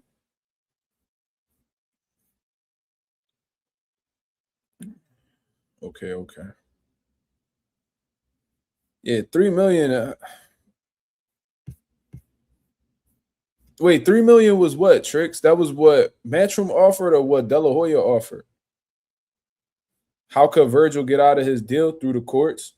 So basically, what has to happen now, they're going into arbitration. So now a judge, because I think her name was like Christina Silva, she said that she's not gonna make a ruling on this shit. So she gonna take that shit up to arbitration. Oh, that's what Oscar offered. I ain't gonna lie, I mean, contractually, he wasn't wrong for that, but he definitely was lowballing his fighter. I'm gonna just say that. How much Eddie was given? Let me see.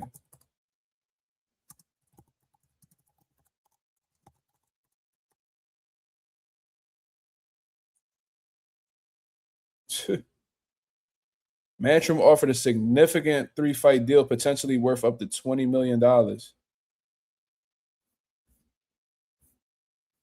What was it? They was gonna give him $7 million.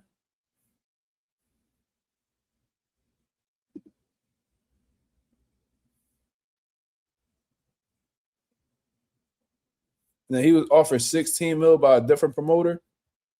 Oh my god. Yo. Nostalgic said if I'm Vergil, fight a few cans and dip out. Well, I think it's too late for that. First of all, I think Oscar gonna make him pay by sending him the fuck down. Because he tried to betray Oscar, he tried to backstab him. So he was like, all right, you want to do that? Now you gotta sit the fuck down. So he got him in timeout right now. But even if he wanted to fight a few cans, that's the problem though. Nostalgic, they only offered him one opponent. And according to the contract, they have to offer 3.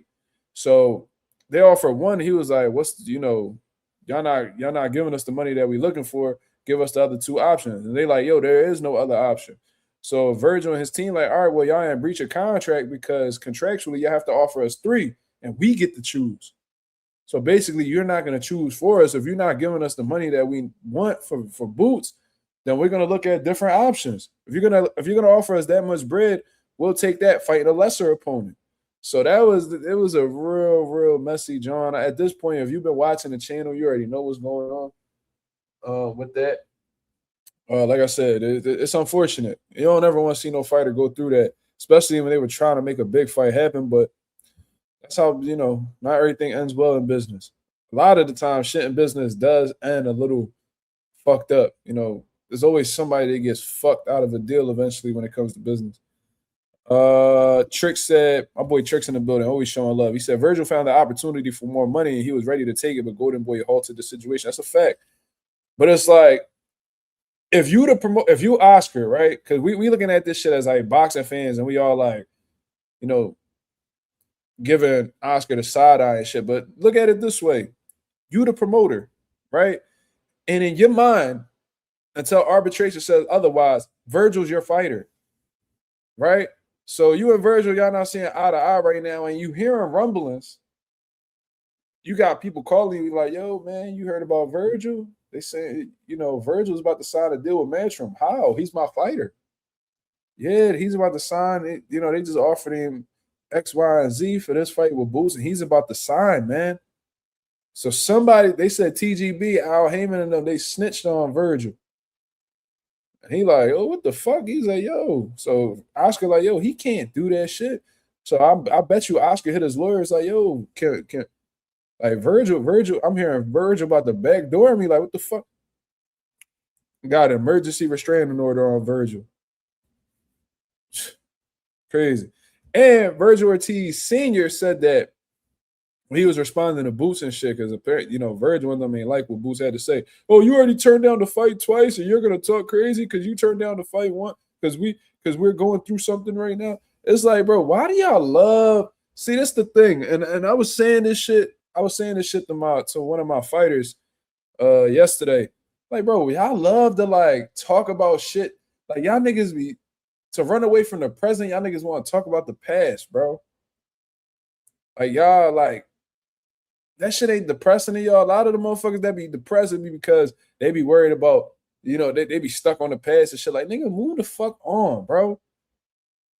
You know what I'm saying? Like, situations happen, the fight wasn't going on. It is what it is. We talking about right now in this moment. You're not able to make a fight because you got trouble with your promoter. You know what I mean? Figure that shit out and come back into the mix. It is what it is. So, man, you talking about us, but you turn. Shut up. Don't nobody want to hear that shit. All I know is you ain't never really was adamant about fighting Boots overall. Yeah, you might have said yes to a fight, but you wasn't putting the pressure that Boots was putting to show that you really wanted it. Like, I ain't see you pull up the Philly and call nobody out. I ain't see none of that shit. So, it is what it is. I hope that fight gets made. I don't really give a fuck about the back and forth, who said no, who said yes. I don't care about none of that.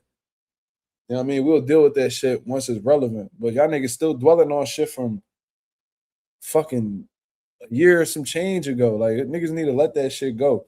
So, anyways, I'm saying that Boots is saying that, two-time world, what's that, 2-division champion up next. So what does that mean? That's what I want to know. It's like when you're saying something like that, you say 2-division champion up next. And I love to hear that from Boots. I love that, he wants to fight these champions and shit like that. But does that mean that you already got something in the works? Did you take this? Are you able to get this Josh Kelly fight? Are you able to get this Fondora Thurman winner? Are you able to get this Xander Zayas fight? I don't know.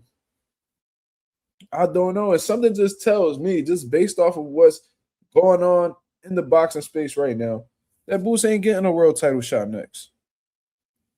Josh Kelly, unless Eddie Hearn just gives this motherfucker Josh Kelly a bag he can't refuse, which would probably include Boots probably having to go to the UK. That's what it's looking like. Because between Xander and Josh Kelly, I do think that Xander is going to try. I think he's going to really push for the fight that happened in either Puerto Rico or New York. And Josh Kelly, like, I'm not doing that. You know what I'm saying? So that's probably going to be the reason why they fight falls apart. And Xander probably feel like he too good to fight in the UK. So, they probably not going to agree from a setting standpoint. But Boots, I ain't going to lie, and I know this sucks because you had to make a sacrifice for Stanionis where, Stanionis got a little nice bag. You had to sacrifice your purse to come up with the fight. But, that just comes with the game. A lot of motherfuckers had to make sacrifices in order to come out, at the top of the boxing world. You know what I'm saying? You wasn't able to get the Vergil opportunity. We're not going to be upset with you for that because that was out of your power. That was beyond your capabilities. We're not going to, no real boxing fan going to shit on you. An objective boxing fan is not going to shit on you for that. But when you saying 2-division champion up next, we got to hold you to it, brother. We really got to hold you to it. So your promoter, I don't know what Eddie Hearn been telling you. He good with his words and shit like that. But Eddie Hearn has delivered empty promises consistently throughout his promotional career with a few of these fighters. He had a lot of empty promises with Luis Ortiz, Demetrius Andre, Jai Opataya. You know what I'm saying? Like, he's been having trouble getting these big fights for these guys.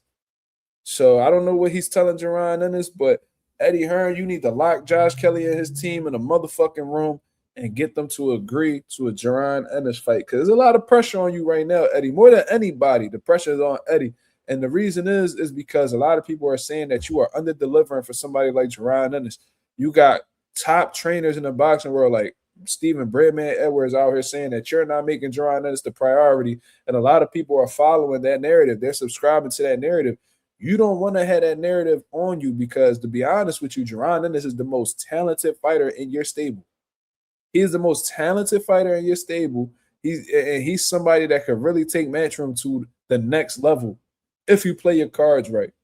So with all of that being said, man, that should be the guy that you're investing in. You keep looking at you was so hell bent on these UK guys like fucking Conor Benn and all. Conor Benn left you. He didn't fuck with you. Meanwhile, Jaron Ennis, who's not from the UK, signed an extension with you because he believed in your work. So you can't take them type of things for granted. You know what I'm saying? So Josh Kelly out here saying that he want his fight to be in the UK and that sounds so good. That sounds so good. Boots, you're gonna have to take that trip to the UK. I'm sorry. I know Bozy don't like to fly and all that good shit. And yeah, I mean, you're gonna have to be on your Errol Spence shit. You're gonna have to be on your Terrence Crawford shit. You're gonna have to fly up out there and take that motherfucking belt off the champion. It is what it is. That's just how the cookie crumble right now. You know, Xander ain't gonna give you no opportunity. He told my pop that shit. He said, man, Xander ain't gonna fight me. He gonna vacate his title. Okay. If you feel like that, there's no other direction. You know, Fundora not gonna fight you. You know what I mean? That motherfucker, he taking his time. I think Fundora low-key looking for that Errol Spence fight. I think he gonna sit back and wait for that. See what he do with Tim Tszyu. If he beat Tim Tszyu, then Sebastian will probably fight him. And that's if he beat Keith Thurman. You know what I mean? But let's say Keith Thurman win the belt. You think he gonna fucking fight Boots? The fuck out. He ain't want to fight him when they was at 47. He gonna fight him now at 54 when he's older and you know all that shit. Come on, man. No PBC dudes gonna stay over there. They don't really want no trouble for real. Earl was the only nigga who wanted work. All them other niggas over there, they be staying over on that side for sure. Boxer said Eddie has actually promoted Bam and Diego Pacheco fairly well. I'm not saying that he treats everybody, you know, as a whole shitty, but I do think that, you know, he started off well with Jaron Ennis, bringing up some hometown fights and all that shit. But he has been under, you know, outside of just standing on this fight, he has been under delivering. I guess that's a word. The opponent selection for Jaron Ennis has been underwhelming. I know you had the Cody Crowley fight, and that was a solid little fight. We can't control. The nigga had, you know, an eye injury, so we had to bring in David Evanesyan last minute. Like, I get it. But you know, the opponent selection got to be top tier from now on. There's too much. Boots is too much in demand in the boxing world right now to be giving them bullshit opposition, bro. You know what I mean? Well, Bella, you saying that Boots has to make the fight. That's odd. Boots is not the one that controls the fights being made. Eddie has to do it. Eddie has to sit in these fucking, because look at who he has to make the fight with. Is with Josh Kelly. Boots not gonna be able to convince Josh Kelly to fight him. Eddie, somebody that he has a business, like, you know, that he has a business deal with. Eddie has to sit Josh Kelly in this fucking room, lock the fucking door, and don't leave that fucking room until y'all come up with something. What they said that Bud did for they said they had Bud in a room for 9 hours trying to get him to agree to a motherfucking Canelo for a Canelo Alvarez fight. He said he was in there for like 9 hours. Like, this is what the fuck has to be done. Like, I'm sorry, but yo, that's just what it is. Like, niggas got this shit ain't easy. Y'all niggas making millions. That shit not as easy as it look. It ain't just like, oh, sign this contract. We're gonna make millions together. No, a lot of shit got to be agreed on. But right now, Josh Kelly acting like Boots ain't really his priority. Eddie has to convince Josh Kelly that this fight is the fight that needs to be made. You want the fight in the UK? Give it to him. Ring size, give it to him. Judges, give it to him. Stadium, give it to him. Boots, give that nigga Josh Kelly everything he wants. Not saying for you to fight for free. Eddie gonna make sure you get paid, brother. But everything else, you're gonna have to give to him. Because niggas not gonna want to fight you, bro. If you become a champion, they gonna have no choice but to acknowledge you, bro. They ain't gonna have no choice. But right now, they're acting like you are somebody that they could walk away from with no repercussions because you're not a world champion. So what do you have to do? You have to make the ultimate sacrifice to get yourself in that position. And once them tables turn, it's going to be beautiful for you. Now niggas can't go undisputed without seeing you. Because a lot of these motherfuckers now, they want to have, they running around talking about they want all 4 belts. Okay, I got one of them. You got to come see me. That's just what it is. And this ain't me criticizing Boots or nothing like that, but I am letting you know. I'm telling you something that you already know, though, brother. Like, you know what the fans are demanding. They see, and a lot of these dudes, I understand. They look at Boots and they be like, yo, this motherfucker, he's different. Like, he looks like a very special talent, but I need to see it. We've seen it in the gyms. We heard about the sparring sessions. We seen you beat up, guys like Stan Jonas and shit like that. But with boxing, it's just not you fight one time and then you're proven. You have to prove it, especially as a black fighter. You have to prove it again and again and again and again until motherfuckers can't deny you. How many times Floyd had to win before niggas acknowledged them as TBE? How many fights how many bodies Muhammad Ali had to catch for him to be called the greatest? Because niggas hated Ali. You know what I'm saying? Like, it's just what it is. Like, they hated him. How much the motherfucker had to start shaking for niggas to acknowledge him as, the greatest. Like, that's just what it is. Like, the pedestal is extremely high for Black American boxers, right? Boots should know that. If he's ever done his homework on what Black boxers had to go through, he should know that. So you have to constantly prove again and again and again. Andre Ward cleaned out 168, and niggas still act, and niggas to this day talking about he overrated. Huh?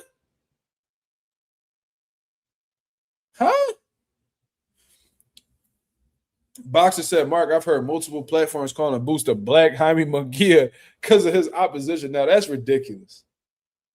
How many times has Jaime Munguia ever unified? That's ridiculous. Who Jaime Munguia beat for a world title? Saddam Ali? Come on, man. Cut it out. That's not even them niggas just hating. I never heard that one either, but anyway, I ain't even gonna lie to you. That's like first. So I don't know if you just made that headline up. I don't know where you got that from, brother, but I don't even know who you listening to. But whoever said that don't know shit about boxing. Oh, man. At least y'all acknowledging Jaime Munguia ain't shit, though. And, to this day, anything could happen. It's boxing. Anybody could get clipped. But Boots never test positive for PEDs. And Boots ain't never been knocked out in his hometown against a nigga who was looked at as a pillow puncher in the lead up to the fight. So definitely no comparison between the two. Yeah, I mean? But anyways, back to Jaron Ennis, man. You gotta make them sacrifices, brother. I know, and Boots probably fed up, like, man, I gotta keep giving everybody.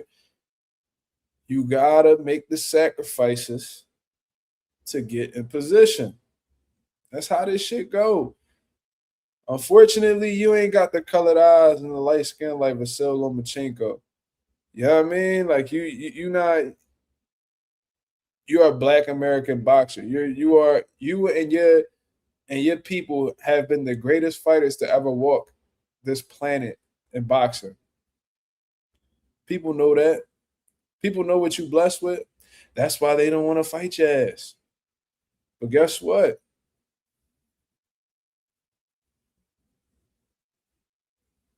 There's nothing that we could do about that. So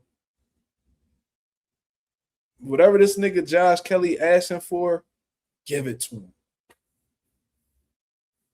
It is what it is, man. It ain't like you're going to leave the UK broke. You're going to get paid. But you might have to throw this nigga a few bones for him to take you into consideration. Because Josh Kelly and them know what you bring to the table, bro. This is a straight message to Jaron. Josh Kelly. Oh, shit. Hold on. Oh, shit. What's going on?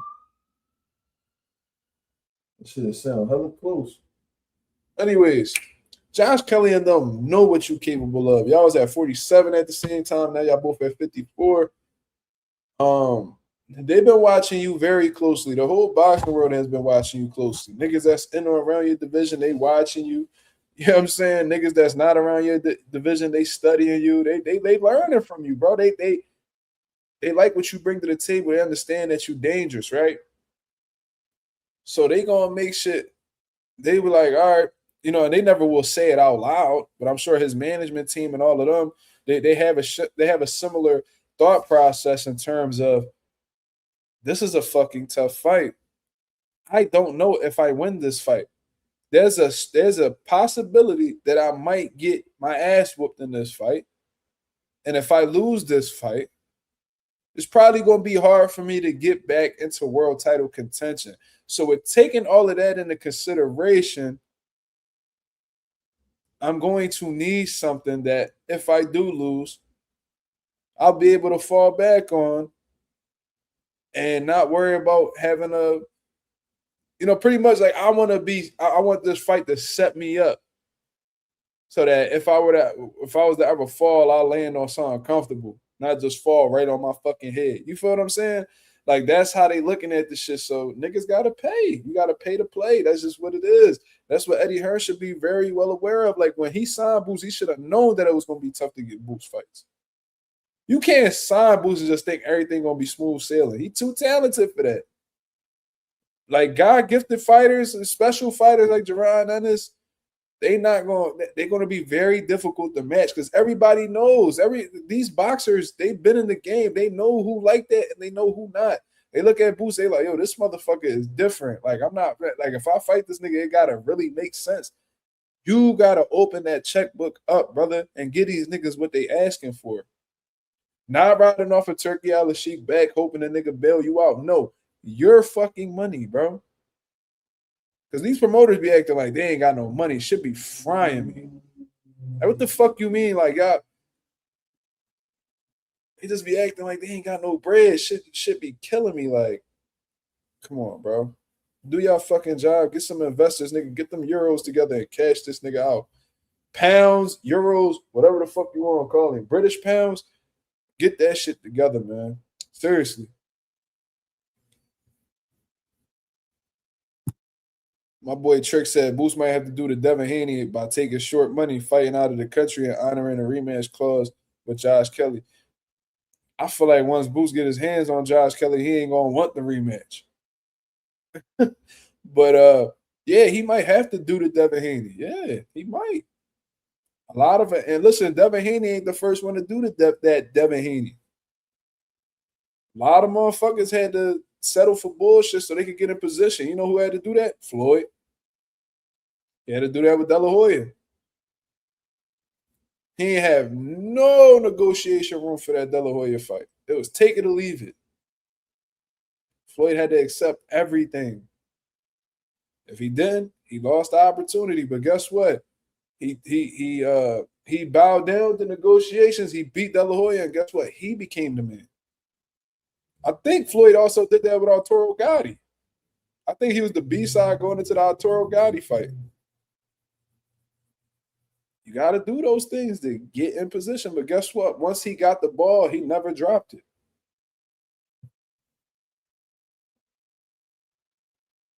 It is what it is, man. So that's where we at with that whole situation.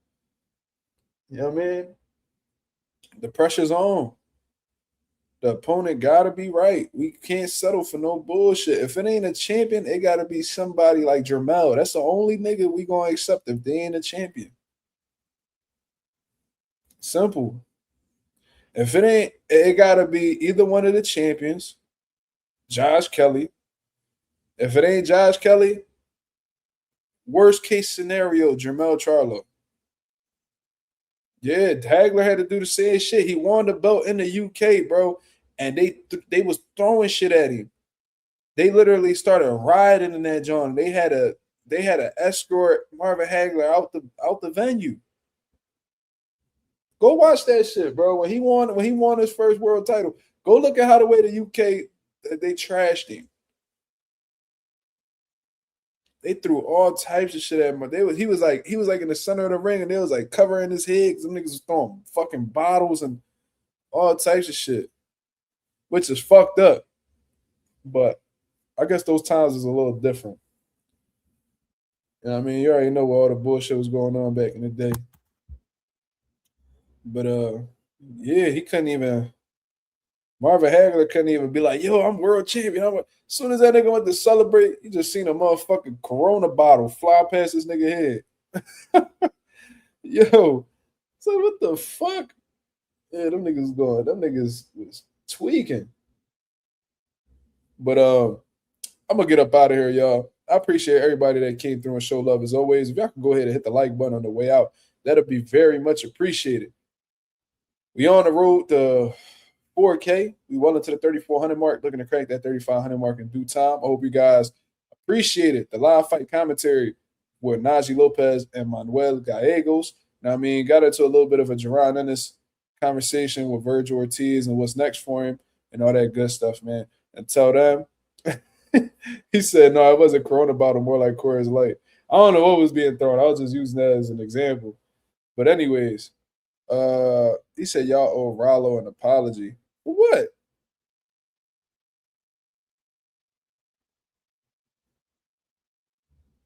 What we owe Rollo an apology for? I don't even remember what he was talking about for real, for real. I'm gonna wait to see what Bella's comment is. What I owe him an apology for?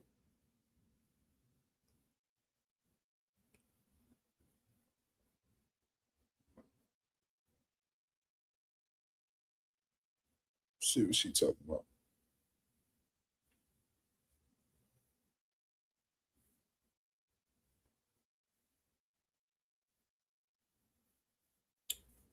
Come on, man. Take it forever.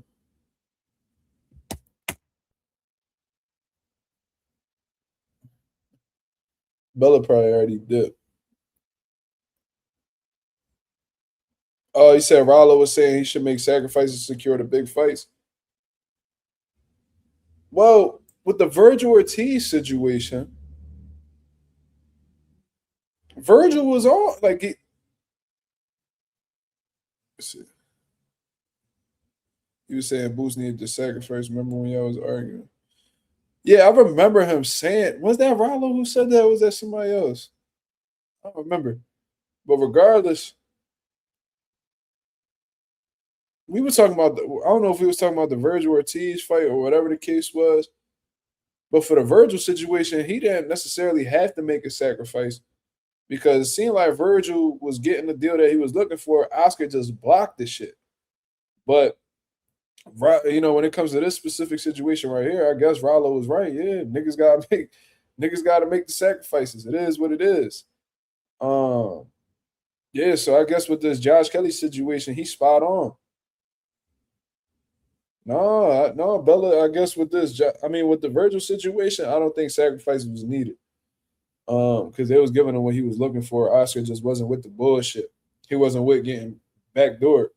But with this Josh Kelly shit, yeah. But I don't think this is a Boots having a sacrifice situation. I think this is Eddie Hearn has to, as much as he fucking talks, he has to use his word to convince Josh Kelly that Boots is the fight to make. You know what I mean? Because Josh Kelly probably looking at it like, why would I fight Boots for $5 million or $4 million when I could get that same amount selling out a fucking stadium in the UK fighting a UK level guy?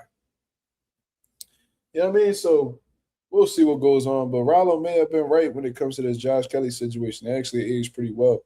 So we'll see. You know what I mean? I'll be back at y'all with another live tomorrow night, 10:30 p.m. Eastern Standard Time, to continue cooking up on what's going on in the boxing world. I hope you guys have a blessed, beautiful one. I'm up out of here, man. Peace.